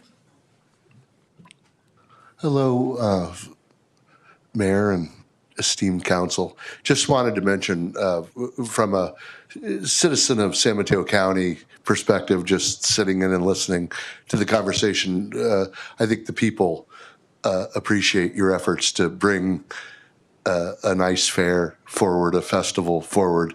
Obviously, it works well in other cities. I think the sales tax probably is beneficial to the city, and I just wanted to commend you for your efforts here. Thank you. Thank you very much for your comment. Thank you. Madam Mayor, may I say yeah, a couple words please. that I don't feel like maybe Councilmember DiGiovanni, some of your concerns were not addressed, so I do want to take the time to address them, and I appreciate your concerns about there not being enough time, that Top of the Hill is not ready. One, I've been in the event industry for over 31 years. I've produced mass scale festivals like Coachella before, and this absolutely, while not ideal, can still get done in the time span that we've set. And two, there is going to be not only, like Madam Mayor was saying, programming for children, but we do intend to have programming for our elders as well. So being inclusive of the diversity that we have here, not just culturally, but also with our different abilities, populations as well. And we've been preparing our new executive admin assistant, Rihanna Mariano, and I have actually been going to Top of the Hill several times, and we'll continue to go and talk to the businesses, speak to them about the upcoming festival, how to prepare for it, how to clean up your storefronts, making sure that they are staffed and prepared, maybe produce marketing materials they can pass out, have specials or discounts or anything like that. And every single business owner so far that I have spoken to has been super excited about this. And their comments to me are, finally, the city is doing something in this area because we need it. So although they may not look ready right at this moment, I don't doubt that they will not be ready when the time comes, and residually be ready after the event. And knowing that this is going to bring benefits past that day, because we are, as my job is to help attract and retain businesses here, that's exactly what we're doing, as Councilmember Proaño suggested earlier in her comments. We are trying to attract more businesses. Say, it's good to do business here in Daly City because of these things that we're offering. And really, although this is a huge project, this is one step toward something bigger. This is a prelude to finding and identifying business owner champions that are already corralling around this event the other business owners. So just by doing this alone, we've already helped activate business owners to communicate with each other. And that is, to me, a win. And that's all I wanted to say, and make sure that, we understand that this is a priority, not just because of health and wellness, but through tourism as well. Thank you. Thank you. Thank you very much for that. Excuse me, I need to respond. One moment, I'm addressing. Through the chair, point of order. One moment, I'm addressing and saying thank you, and you just cut me off. Please, Councilmember Di Giovanni, let me say thank you to staff before jumping in. I mean, please. I just wanted to acknowledge and say thank you for their work as far as seeing how this is related to economic development. I've been very cordial. I always will allow you to speak, but please don't interrupt when I'm speaking. I am the chair of this meeting, so thank you very much. And so I just want to say thank you for reaching out to businesses first and foremost. So you and some staff have gone out to small businesses directly and have done some community engagement. And so I wanted to say thank you to staff for doing that. So it's not like they are not doing some of the work to reach out to the small businesses. Councilmember Di Giovanni, you have the floor. Yeah, I was just going to say, I thought maybe should we close the public hearing first before we continue our comments? There's no close, this is not a hearing. Okay, This is not a formal hearing. Councilmember Sylvester already acknowledged that, Okay. which I appreciated. Thank you, from him. Councilmember Sylvester. It's not a formal public hearing. He understood that earlier. I think now you understand that it's not a public formal hearing. Thank you. Thank you very much. Thank you. So thank you, Ms. Mania, for clearing that up. I just wanted to see if there was any transparency on some of my council to see if the person that is running this, who came to who is the event planner. I think that somebody that maybe they'll recuse themselves on voting if they're friends of this person, and know this, or maybe work. I don't know if they work with the person, but I think they're friends with them. But I mean, not on you, but you guys have done a great job. And then when I came back from the California League of Cities, I brought back information on revitalization, grants, funding that I gave to our city manager, that we wouldn't have to take money out of our funds to do things like this. That's what I'm talking about. Because yes, it's great to create the vibe, but can the people in this city come and afford it? When they're struggling trying to go to the grocery store in our communities, I don't know if they can attend. And like the gentleman, where is people going to park? Where are they going to park when they come here in Daly City? But at the same time, I do support that. I've always supported Top of the Hill. I used to be a part of Tathia and get out there and clean with Stephen Stolte and do the Project Green Space with the lady that passed away. And she was out there every single day and go by and help her to make that place a beautification, and with the Masons. And I just think that going into our general funds is the big thing to make it work. Why didn't we go out to the revitalization through the League of Cities. There's all kinds of sources, and it's not the fault of yours at all, because I think the thinking, of course, is forward thinking to create. It's a one-time event, everybody leaves, and yes, people may be trickling in with business. But is there other things? And we can't talk percentages when you talk people's money. This is the people's money. So that's my only thing. I am for a festival. I'm for getting people together. I'm for getting the health and wellness of our people. And you bring in outside people, and then all those businesses on mission, and it needs to be clean and stay clean, so that when people come back and say, oh, let's go to the top of the hill, they go, wow, what happened after that festival? You go to Fog Fest, it's still beautiful when you go over there. So that's my only thing. I think it's a great idea, and I didn't know if any of us were involved in any of this at any point, any council member.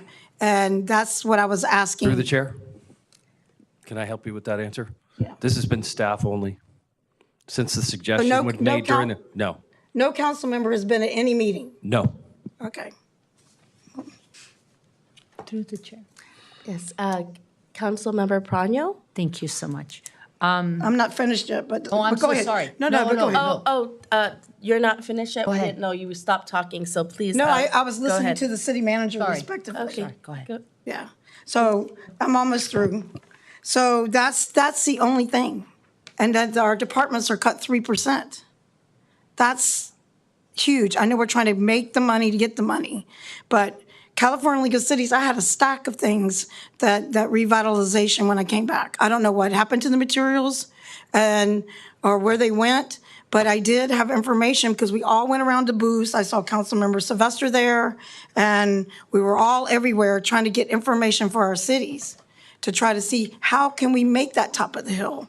We even had like a couple, not a discussion about it, but during breaks or whatever, about what we wanted in our city.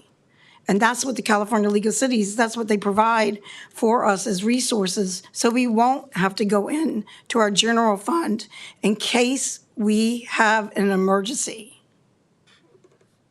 That's what I'm concerned about, because the the chair. pandemic. Thank you. Go the ahead, chair. Just City real brief. Manager Piccolotti, please. With the information that you brought back, I forward that to the proper departments. Thank you. As I do every time Thank council you. members bring something of interest back, or just give me something that I think we Thank can work you. with. So that has been done. Thank you very much. Thanks to the city manager, and I yield to Councilmember Perano.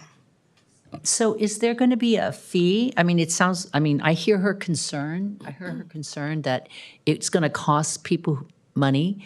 Is there a fee to come into this fair? Not a fee. No, there's Is no it- fee to enter the fair. There will be food, so people may want to choose to buy something from Okay. either the local businesses, or if we're able to Okay. get food trucks or Okay. something like that. But There's no entrance fee. I'm just curious because, sometimes you go to the state fair and there's a fee. Yeah. And there's a parking fee. So there's no fee. That's good. That's good. That's great.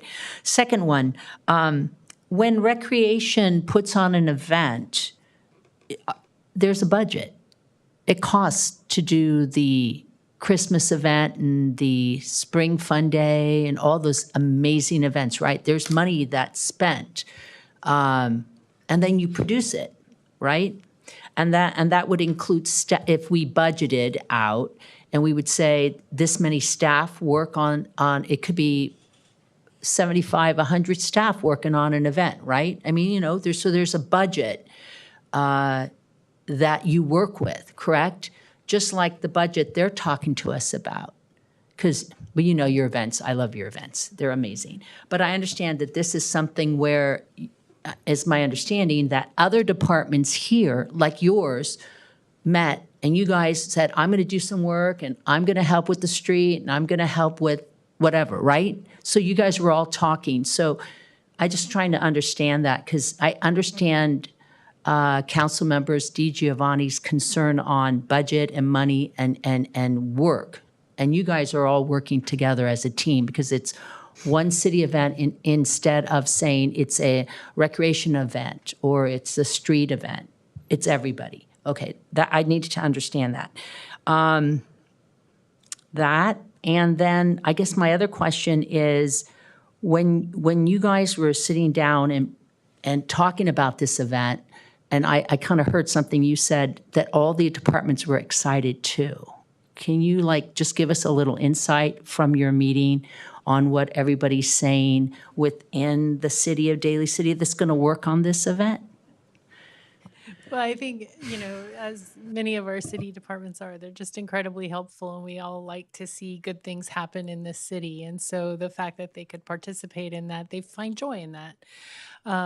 This is a unique event because this is a street festival. So this is something on a city street. So it has just a different kind of feel to it. And so that's why we do need the assistance of the other departments, just like they would participate in the other events. But this one being on the street, it does rely heavily on our police department and public works. But again, this is a great city to work for, and the departments really do like to bring good things to the community. And so in seeing that this is a way to bring together a neighborhood, a business district, to help elevate them and remind everybody that they're there, that they are the top of the hill, they are easily accessible with public transit, that they have storefronts and businesses that can provide a variety of products and services. I think we all want to see that happen. Again, there's multiplier effects with this, as you mentioned previously, will this bring in new businesses? Will people be reminded, I forgot about that restaurant at the top of the hill, I'm going there?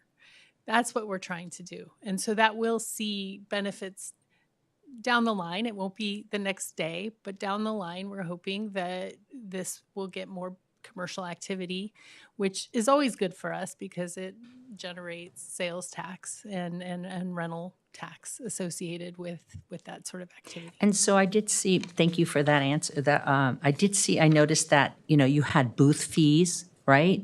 And sponsorship packages, and I was looking through that. Would you have perhaps, and that would mean you'd get less money, but for organizations like, let's say the doctor, let's say he says he wants to have a table to talk about what he does, or I make it up, like the Lions Club, it would be there a different fee for like nonprofits so that they would be able to participate and still be there and be able to give their message. Absolutely. We recognize there are nonprofits and they don't have a lot of money for this, and they provide a lot of community good. So of course there would be a tiered approach. Right, that would be good. And I guess the last thing, and I was just noticing, first of all, I'd like to thank you for this budget to give us an idea. And I appreciate Councilmember Sylvester pointing out security. I think security is probably number one, especially if we're looking at a lot of people. And so I forgot to ask, how many people do we expect? I mean, if you build it, they will come. How many would that be? I think we're hoping for a minimum of 1,000. Okay. If not several. And is this 1 day or 2 day? Would it be a Saturday, Sunday? Would it be all 1 day? I'm sorry. Just 1 day. 1 day, and it would be, I'm sorry, I didn't look at the date, Saturday or Sunday? Saturday. Saturday, that's a prime.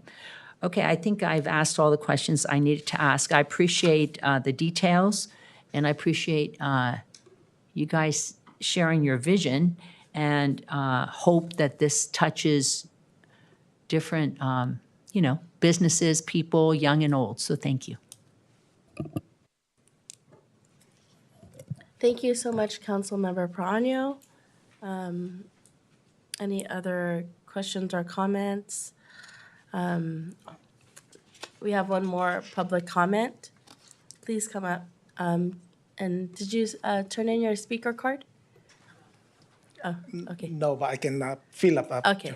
Good evening, Mayor, City Council members, Daly City staff. Good evening. My name is Ben Acevedo. When I came here, I decided not to talk, but just to listen. But with what I've heard and what I've seen, I became very critical about what I have witnessed. Because to schedule a big event like this within 3 months is haphazardly planned. This is an impulsive plan. You just recognized the Daly City Park and Rec people, but you right away you have discounted them by bringing in outsiders to do the planning. When there you have, I have heard you say that they're nice, they're good, they're excellent, exemplary works, but I became very disappointed to hear that you have an outsider, Anthony, something like that, these planners who are outsiders. So if tourism was really a top priority of the city, why didn't you think about it a year or two before October? That is my question. So was this an impulsive plan? Was this a short-term plan, medium plan, or a long-term plan? That's my question to you. Thank you very much for your comment. Please fill out a card. I will say that I think tourism is a long-term plan, but our council has stated that it is a priority. Over the course of time, we have looked at opportunities to bring in. There hasn't been a festival for a long time since what Miss Marianne Mann said, there was a Gateway Festival many years ago. And so what we're looking at is an opportunity to bring in. I'd like to ask I don't want to put her on the spot, but I'd like to ask our director, Denise Brown, to please come up. And in any way, I know this is an economic development, but they had just brought up the recreation staff as saying that, there's some sort of disappointment in not having you all lead this. I want you to speak because you are the department. And so given that, commentary, I want to know, I want people to know that this is actually a cohesive process. Staff said that y'all have been involved. I want clarity for those in the audience and clarity for those that are watching. Thank you, Madam Mayor. I'm 100% in recreation behind the event that's going on. We did have a lengthy conversation with Maybell, Romeo, and myself, because we do put on Casa Yahan right before this. I think it's going to be a great event. I think that capacity-wise, our department doesn't necessarily have that capacity to do something at a festival level. Although Casa Yahan is what it is, it's taken 10 years to get to this point of where we are. And I think it's a completely different event because what the festival is doing is building up the businesses. And it's a perfect fit for ECD. I mean, that's why it's coming out of their department. So we're 100% behind it, and we will provide whatever resources we need to make it happen within our means. So. Thank you so much for that clarity. I wanted those in the audience to understand, I don't, when I hear the pitting again of staff resources or not, not being able to, I want that transparency here. So I appreciate you responding to that. I appreciate that I think what we're looking at is a collaborative experience, and this is for the good. And for those in the audience that want to participate, please do. It's open. And for those, this is whether it's the Knights of Columbus, whether it's the Masons, whether it's the Lions, it's really an opportunity for people to all get together. And for me, it's all about positivity and leading with the light. And so at that point, we're going to be moving towards, if there's any other comments, I think that what is so important here is staff has put in the time and effort. I don't know, you all were the ones to choose, who is at the table.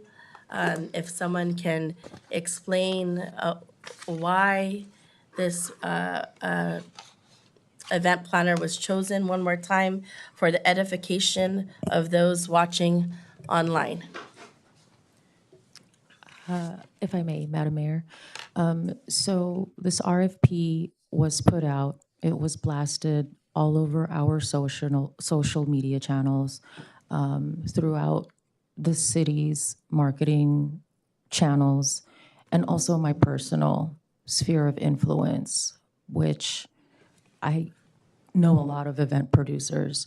And this also went out to over 24 cold touches as well to local event producers that were just cold called and cold emailed. So the RFP was blasted. We received 2 proposals. Several came in late, but they were not included. So it was just the 2 proposals, and one actually withdrew her application because of a conflict of interest. And even if she did not, there were several things about her proposal that were not good for us. One, she overbid, well overbid. 2, she said that getting sponsorship was not doable. And then again, she withdrew. So the person that we chose, and it technically was and wasn't by default because the other applicant withdrew, but we were also appreciative of him being able to tell us that he can get us sponsorship money by way of his full-time job, which he's connected to at least 200 brands that do provide event sponsorship. And the fact that he's done festival runs, over, I don't know how, hundreds of times in his career, including doing big things just recently at the Chase Center. So massive concerts, big festivals. He's done this before, I've done this before. Together, I think we could do a great job, and we'll welcome anybody, Lions, Knights of Columbus, whoever else wants to be involved. Everybody is welcome to be involved. Top of the Hill Association would love to have them involved. Just talked to the History Museum today about potential opportunities for them to be more involved than just opening their doors. So to answer your question, Madam Mayor, that's how the planner was selected. Thank you very much. Are there any other comments or questions from my colleagues? I know Council Member Sylvester, you have some. Do you have some comments? And I'll end after you. All right, thank you, Mayor. And that's you too. I'd like to start off by saying Daly City has waited a long time for such a fair as this, a long time. And as the mayor said earlier, I believe it was 2016, 2017, and it didn't happen. And I looked and made some notes, why didn't it happen? And I was looking at negative mitigation issues, to which I hope that has been taken care of. I haven't read it here, but the reason why we didn't have it in some years was a state highway and getting permission from the state to close off a street. I hope that has been considered, especially for Top of the Hill. I'm concerned, especially at Top of the Hill, the rerouting of bus lines. Has that been considered as well? I'm also concerned, and I remain concerned, about security, parking, and transportation. There is no place to park at Top of the Hill, except with the small parking lot at the former food pantry. I see a line item here, it says $2,000 for transportation. Well, what will that consist of? Transportation where, for who, and whom? Whether we are getting a part of the BART parking lot and will provide shuttle buses. I know, being a senior, and if I came to Daly City and took BART to Daly City, I'm not walking up John Daly. as much as I would like to come to the fair. So those are my concerns, and I call those negative mitigation issues. Now, what I'm about to say is not a smear on our city, but I believe we can do better. Had I had known that a RFP that went out on May 8th, had I known prior that an RFP was going to go out for a particular matter, especially a street fair, I think that should have been brought here to the council to move ahead on that and say, hey, let's move on this. And then a proposal to be submitted by the 29th of May, and I received additional information from Ms. Magno that one pulled out. Well, I didn't know the end of the proposals and how many. We just got that answer today. Consultant, interviews, May 30th through June 6th. Well, that happened already. I didn't know what was going on. Staff, okay, so basically what I am saying is that I believe more complete transparency to the council would have definitely be in the way of order and in the sense of support. I'd like to thank Tatum because as one council made mention about staff costs, going outside, and if we did have recreation and park work on this, how many staff would be involved? That's a lot of money, but recreation and park is not a part of this.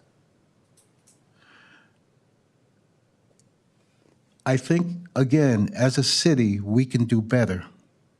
And in making this better, I would have thought about community outreach to everyone in the neighborhood, not only businesses, but to residents,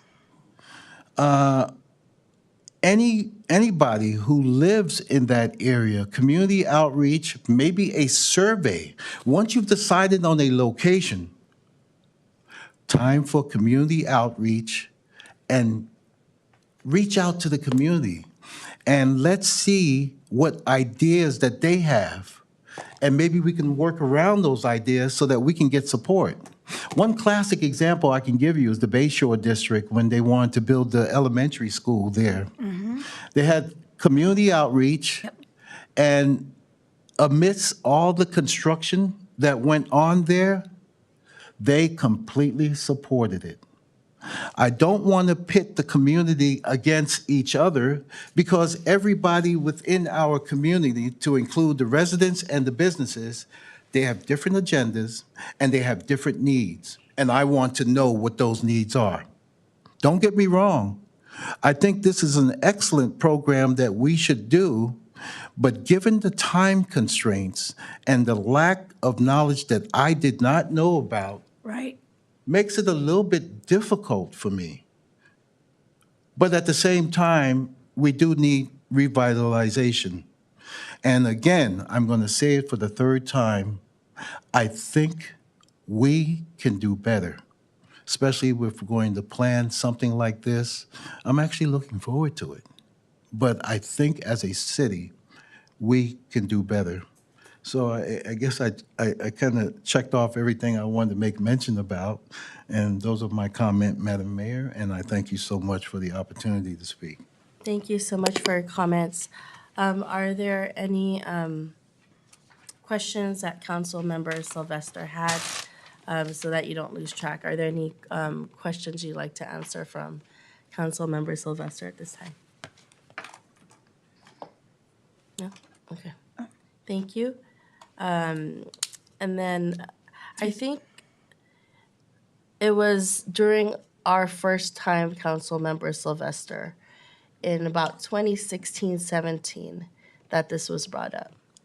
Because we saw that there needed to be something in the community around a festival. Great. And if we probably look back, it was probably conversations that we had around seeing something like this in our community. And I think you remember that. You alluded to it. And that time, it was around kind of working with the highway.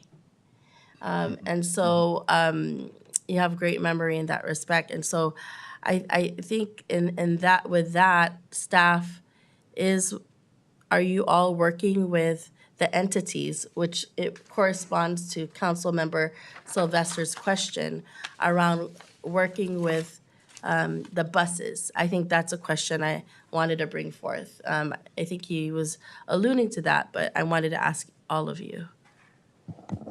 Yes, we have a SPEV application, special event application, both with BART and DOT Caltrans for Mission Street and the BART parking lot. Samtrans. We've met with Samtrans, Muni, Flixbus, and BART as well. And they've all been notified. It's under review. Okay, so thank you for that, because I think that's back in 2016-17, that was kind of what we heard from staff, a hindrance. But it's good to know that you all are working with agencies around the area that would make it viable. Yes, and as part of our application with Department of Transportation, DPW had to create an alternate route for the buses there. Okay, thank you for that. Okay, Councilmember Pano. And Councilmember, we keep referring, because he had some great questions, Councilmember Sylvester, regarding a shuttle from BART, because I'm sorry, I couldn't walk up. I cannot walk up that hill. Let's be honest. But would there be a shuttle from like BART, down below BART, to go up? Might be in that transportation part? I'm just curious, to get people, because the festival is going to be at the top of the hill, but if people are if they come on BART, they would need to get up the hill. I'm just question.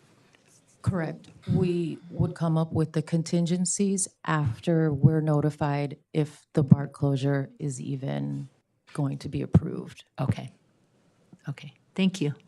Thank you, Councilmember Pano. I think both of you echoed something important.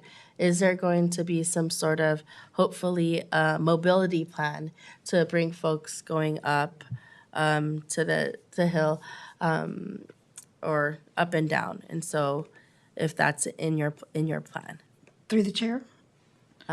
in that regard. Just one quick question. So in regards where you just had the disability, what is the plan for ADA, people with disabilities? Of being able to access, like we were talking about, up the hill, parking, what have you? Because we just did that disability thing tonight, and I know that it's really tough for people that would like to participate. And is there a disability ADA plan? Accessibility? So, as just mentioned, Yeah. we would come up with that after approval from BART, because if there is no BART closure, then the festival would only happen at top of the hill, and then we wouldn't need a shuttle from BART to top of the hill. So we have yet to know whether or not. So, thank you, Ms. Montague. I appreciate all the work. I just wanted to say, so I thank Councilmember Sylvester. I agree with Ms. Councilmember Perano. Councilmember Sylvester brought up some excellent points as well, and thank him for that. My thing is that it seems that all the information, it would have probably been best if council had been informed. I agree with him from the beginning to whenever, and I don't know if anyone else had known anything at the point. But I want to say that you don't have, but you're still working on it. So it's kind of premature in my estimate that you don't really know if there's going to be a BART, and we're trying to approve the money right now, and there seems to be a rush on this, even though you think that you could still plan it. But since we don't even have that, usually if you come with that, it's not to be criticized, if that was already approved, it might be a different story if BART said yes and Samtrans did this and everything that you've been working so hard on. And then the residents I have to agree with Mr. Sylvester. The residents are, because they're the ones that contacted me. So that's a big key. So, and then they're saying they're having to pay $6 for a loaf of bread, and I understand we're trying to bring in food or whatever, but what about the Dalys? Can they participate? And it's a one-time event? And why, again, to take that money out? What's the rush? Why don't we find a venue, a way to get grants or what have you, instead of having to take that money? So I agree with a lot of the council member Sylvester and and Councilman Perron also brought out some good points, and I appreciate them doing so. So that's it for me at this time. Thank you, but it's a little premature. Thank you very much. I do have one question, if I may.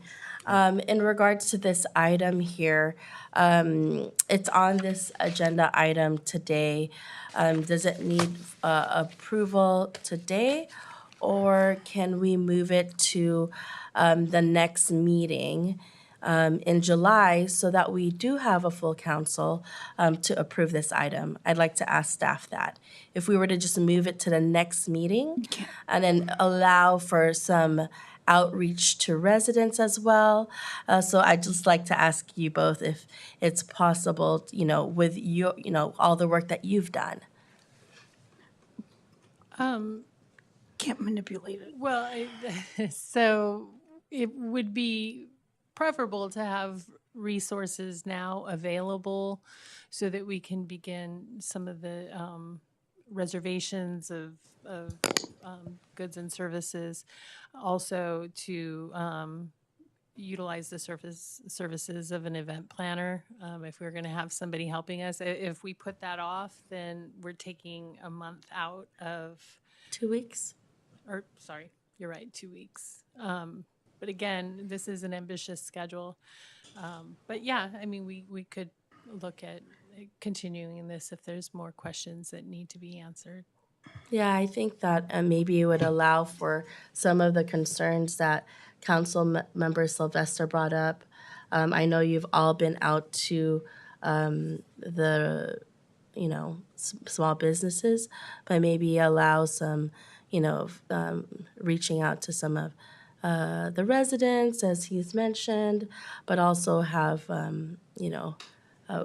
don't have another colleague here, and so with such a important large festival that was mentioned, but I know each and every one of you have done a lot of work along with other departments, and I hear the enthusiasm from all of you, and I know that, there's been a lot of questions today, but hopefully, I mean, that's, it won't impede too much. I feel that we've had a lot of important questions from everyone here today, but I also see that if we're to look at progress, if we're to look at being able to have something for our community, it's important for us to maybe reach out to some community members, but also, I think,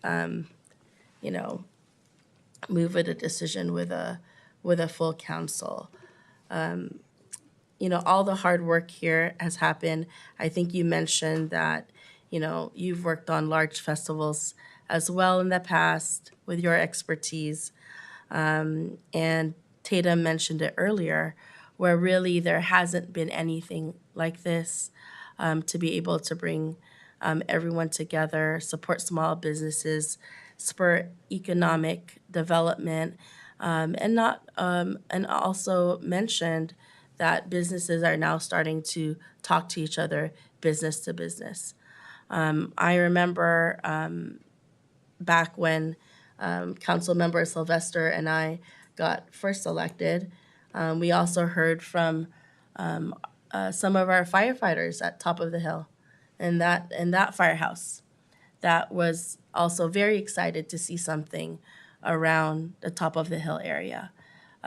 Really, I think towards what everyone is looking at, to reinvigorate it, to put life into the area, to support specifically to small businesses that are there.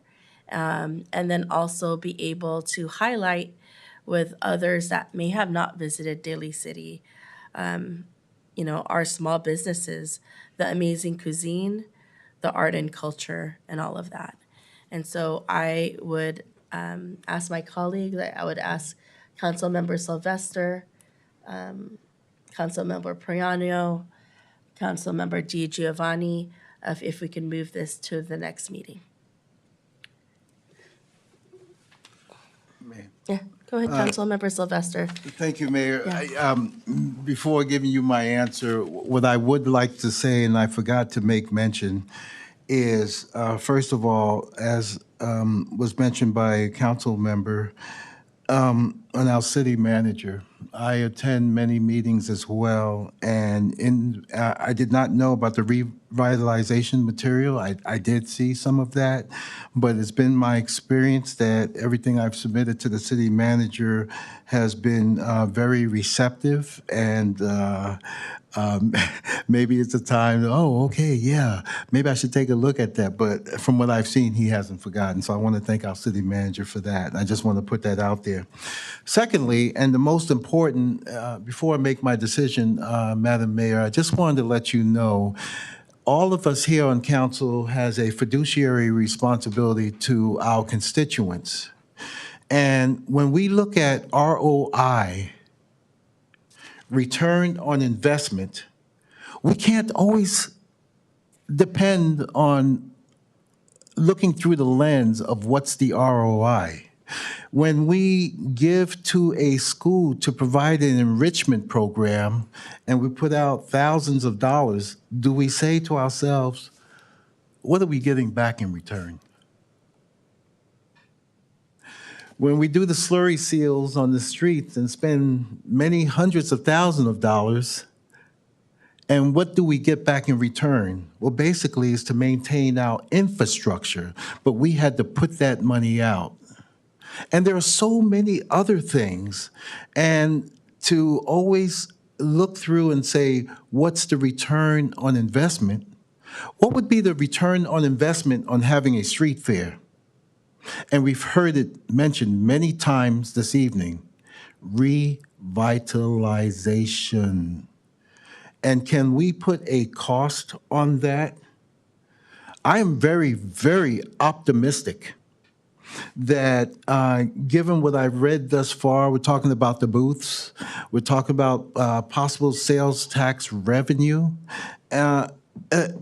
And Ms. Manuel, I have to admit, I would say your 1,000 attendees is very minimum. I'm expecting more than that, but I know you want to be conservative, and I get it. But if you can't win if you don't play. So, I'm all for moving forward on this. However, Madam Mayor, if you want to canvass the colleagues, the only thing I'm concerned about is, as per the deck that I received, the award of contract was supposed to happen between June 7th and the 11th. This is now July 8th. So deferring this for another 2 weeks might put undue time constraints on the staff in moving forward. So just my thoughts, but I'm good with it either way. Either we vote on it today or whether we put it off. My thoughts. Thank you, Madam Mayor. Councilmember Sylvester, for that. I think you found some fine print in there that was very helpful, that the contract is looking to be approved sooner than later. And I didn't notice that in the document. And so I want to say thank you for acknowledging the staff and having them have to move forward. And that's why I had asked them earlier, like, what is it? And obviously they would want to do it sooner than later. And so, Councilmember Sylvester, I appreciate you seeing that this is something optimistic.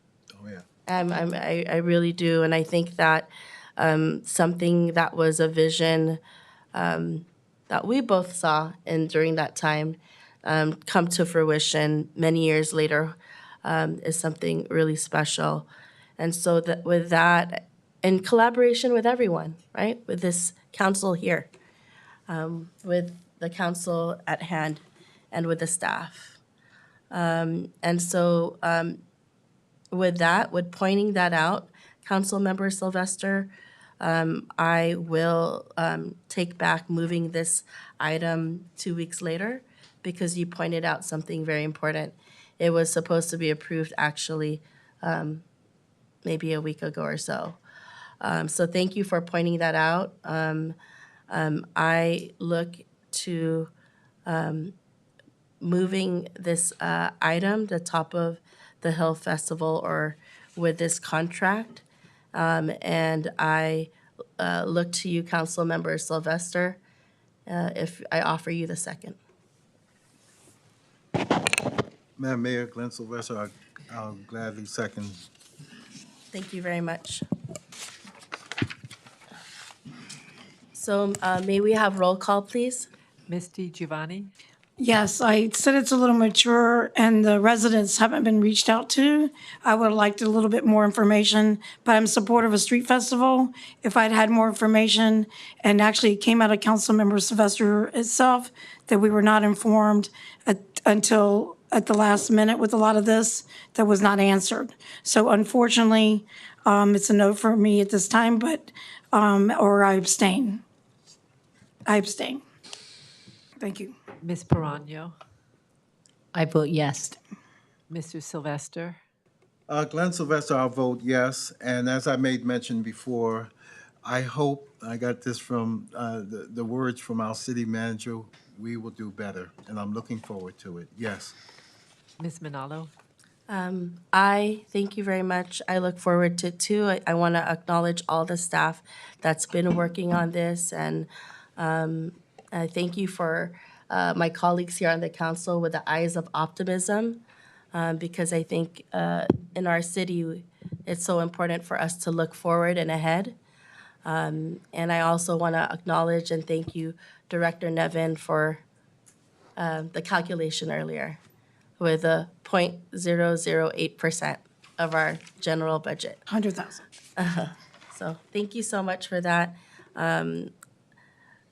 I honestly didn't think we were going to be at 9:23 for an item that we pulled on consent, but job well done, everyone, my colleagues, and to the staff. We are now moving, thank you so much. We are now moving on to item number, our appointments. Well, actually, that is also part of the consent agenda. And so are there any boards or commission membership committee appointments at this time for my colleagues? Seeing none, moving on to council committee reports, please. Are there any council committee reports? Okay, seeing none, we're gonna move on to our city council reports. I want to share that was able to go to the Pacifica Civic grand opening of their city hall. Councilmember Sylvester and Councilmember Praano were there, along with our city manager, Tom Piccolotti, as well as our Department of Wastewater, Josh Cosgrove. But to support our neighbors next door, to see a huge feat when their civic spaces are being enhanced is truly wonderful. And I also got to see how special it is over there by the water in Pacifica. So that was really great to see that we support each other here regionally. I also wanted to say, that's it, bocce ball. The first time I was able to throw a bocce ball with the recreation team. Thank you for letting me join you all. But once again, our older adult seniors take the win and the trophy. And so that was really wonderful. I know that Councilmember Praano was there joining as well to see, really a competitive nature in our older adults, but how skillful they are. So thank you so much, Marianne Mann. You may want your award back, but I would suggest you practice. Thank you. I know I must practice more, but they were teaching me how. But I know I learned something also very special, that there was really a lot of a whole crew, a whole team that would do all the bocce ball tournaments, and with your lead. I saw it, I heard it, and I'm glad that, it continues. So thank you for always inviting us to see the competition, whether it's with our seniors and the police officers, or our seniors and our firefighters, and now our seniors with our recreation department. I'm thinking there needs to be one with our seniors and our city manager staff. I'm just kidding. He's like, we'll see. Maybe one will be the seniors and our city council, right? Look at that. I also want to say was able to see the amazing Huey Fest at Bayshore, which was really, oh my gosh, the skills of these young people being able to dance for literally 45 minutes to over an hour was really, really tremendous to see. I want to acknowledge all the staff that put their time there, community members that really highlighted Debbie Varai and her leadership to really bring in the Tahitian culture and bring that forth through generations. And also was able to join the SF Pride Alice B. Tokless breakfast with Supervisor Catherine Stephanie. There was also a Philippine Independence Day reception with the Filipino Women's Network at the Philippine Consulate. And then also all of those that joined every year. It's a free event that the Filipino Democratic Club of San Mateo puts on as far as an annual barbecue. I just want to say today we had a lot of deliberation for something that is going to be a spark, our Top of the Hill Festival. And I just want to say thank you again to my colleagues for those critical questions, but also for looking and seeing optimism and ahead. And I look forward to seeing you all there as we celebrate our first Top of the Hill Festival with the community united together. Any other city council reports? Council member DG. I'll just make mine real short. I think that Ms. Perano was there as well. Then we were all there for the Tahitian with Hui Tavera. And they gave a special presentation to honor Chief Coco, who had passed away, because they had originally come here and done a special dance here for our city when I think Councilmember Sylvester was the mayor at that time, I believe, when they came here for the Tahitian. And then they joined together with Raina and Pitt, and they gave a dance and tribute. That's part of their giving back. And then sadly, after Chief Coco from Tahiti left here, he passed. So that was their biggest inspiration, and that's how Debbie and them continue with his spirit. So thank you very much. And it was phenomenal when they did the little marathon with young people, just kept going. It was incredible. So, and to all the Bayshore staff members and recreation, phenomenal. Thank you. Thank you, Mayor. Thank you very much. Seeing no other city council report, I now had it on to our city manager, Tom Piccolotti, for any staff reports. No report tonight. Thank you, Mayor. Thank you very much. Now moving on to our adjourn in memory. Are there any adjourn in memories from my colleagues before I proceed? Okay.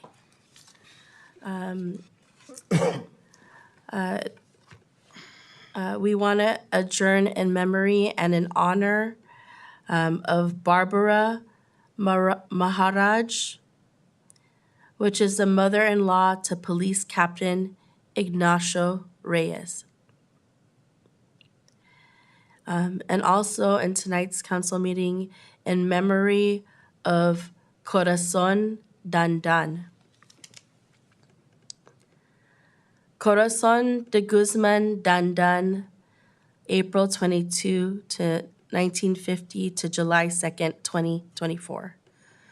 Corazon Cora Dandan, age 74, took the train almost every day of her working life until the tragic day she was pushed into a moving train on July 2nd, 2024. She is survived by her 6 siblings, Renato Rene Dandan, Ricardo Carding Dandan, Carmelita Meli Esquera, Danilo Ting Dandan, and Reynaldo Bitoy Dandan. The hordes of relatives in the Bay Area and in the Philippines, and a bunch of frozen dinners from the Hilton Hotel. She is preceded by her older sister, Leticia Leti Hernandez, and her parents, Ildefonso Ponching Dandan and Prudencia Purding Dandan. As a highly independent woman, she graduated with a BS in education early in life when she was known as Miss Dandan to her elementary school students in the Philippines. She ultimately moved to the United States in the 80s and settled in Daly City, California, where she lived for more than 30 years.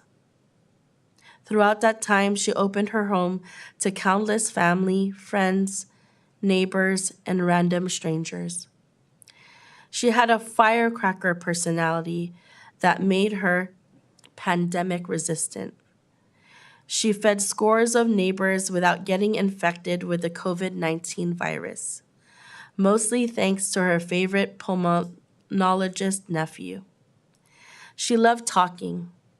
This made her a perfect fit as a hotel telephone operator, a job that she loved and did for more than 30 years until the very last day of her life. Well, the hotel perks were also hard to resist. She lived a devout faith, and her Christian beliefs were her guideposts for life. She partially converted her living room into a prayer room and gave her money freely to those in need. Even in death, she became an instrument of change by leaving a legacy that will help more people in the future. She was known by everyone as Tita Cora, and she was the ultimate aunt. If being an aunt was an Olympic event, she would easily win the Tita Gold Medal, mostly judged by a number of fat, overfed nephews and nieces. Goodbye, Tita Nora. Until they meet you again, your relatives need a diet anyway.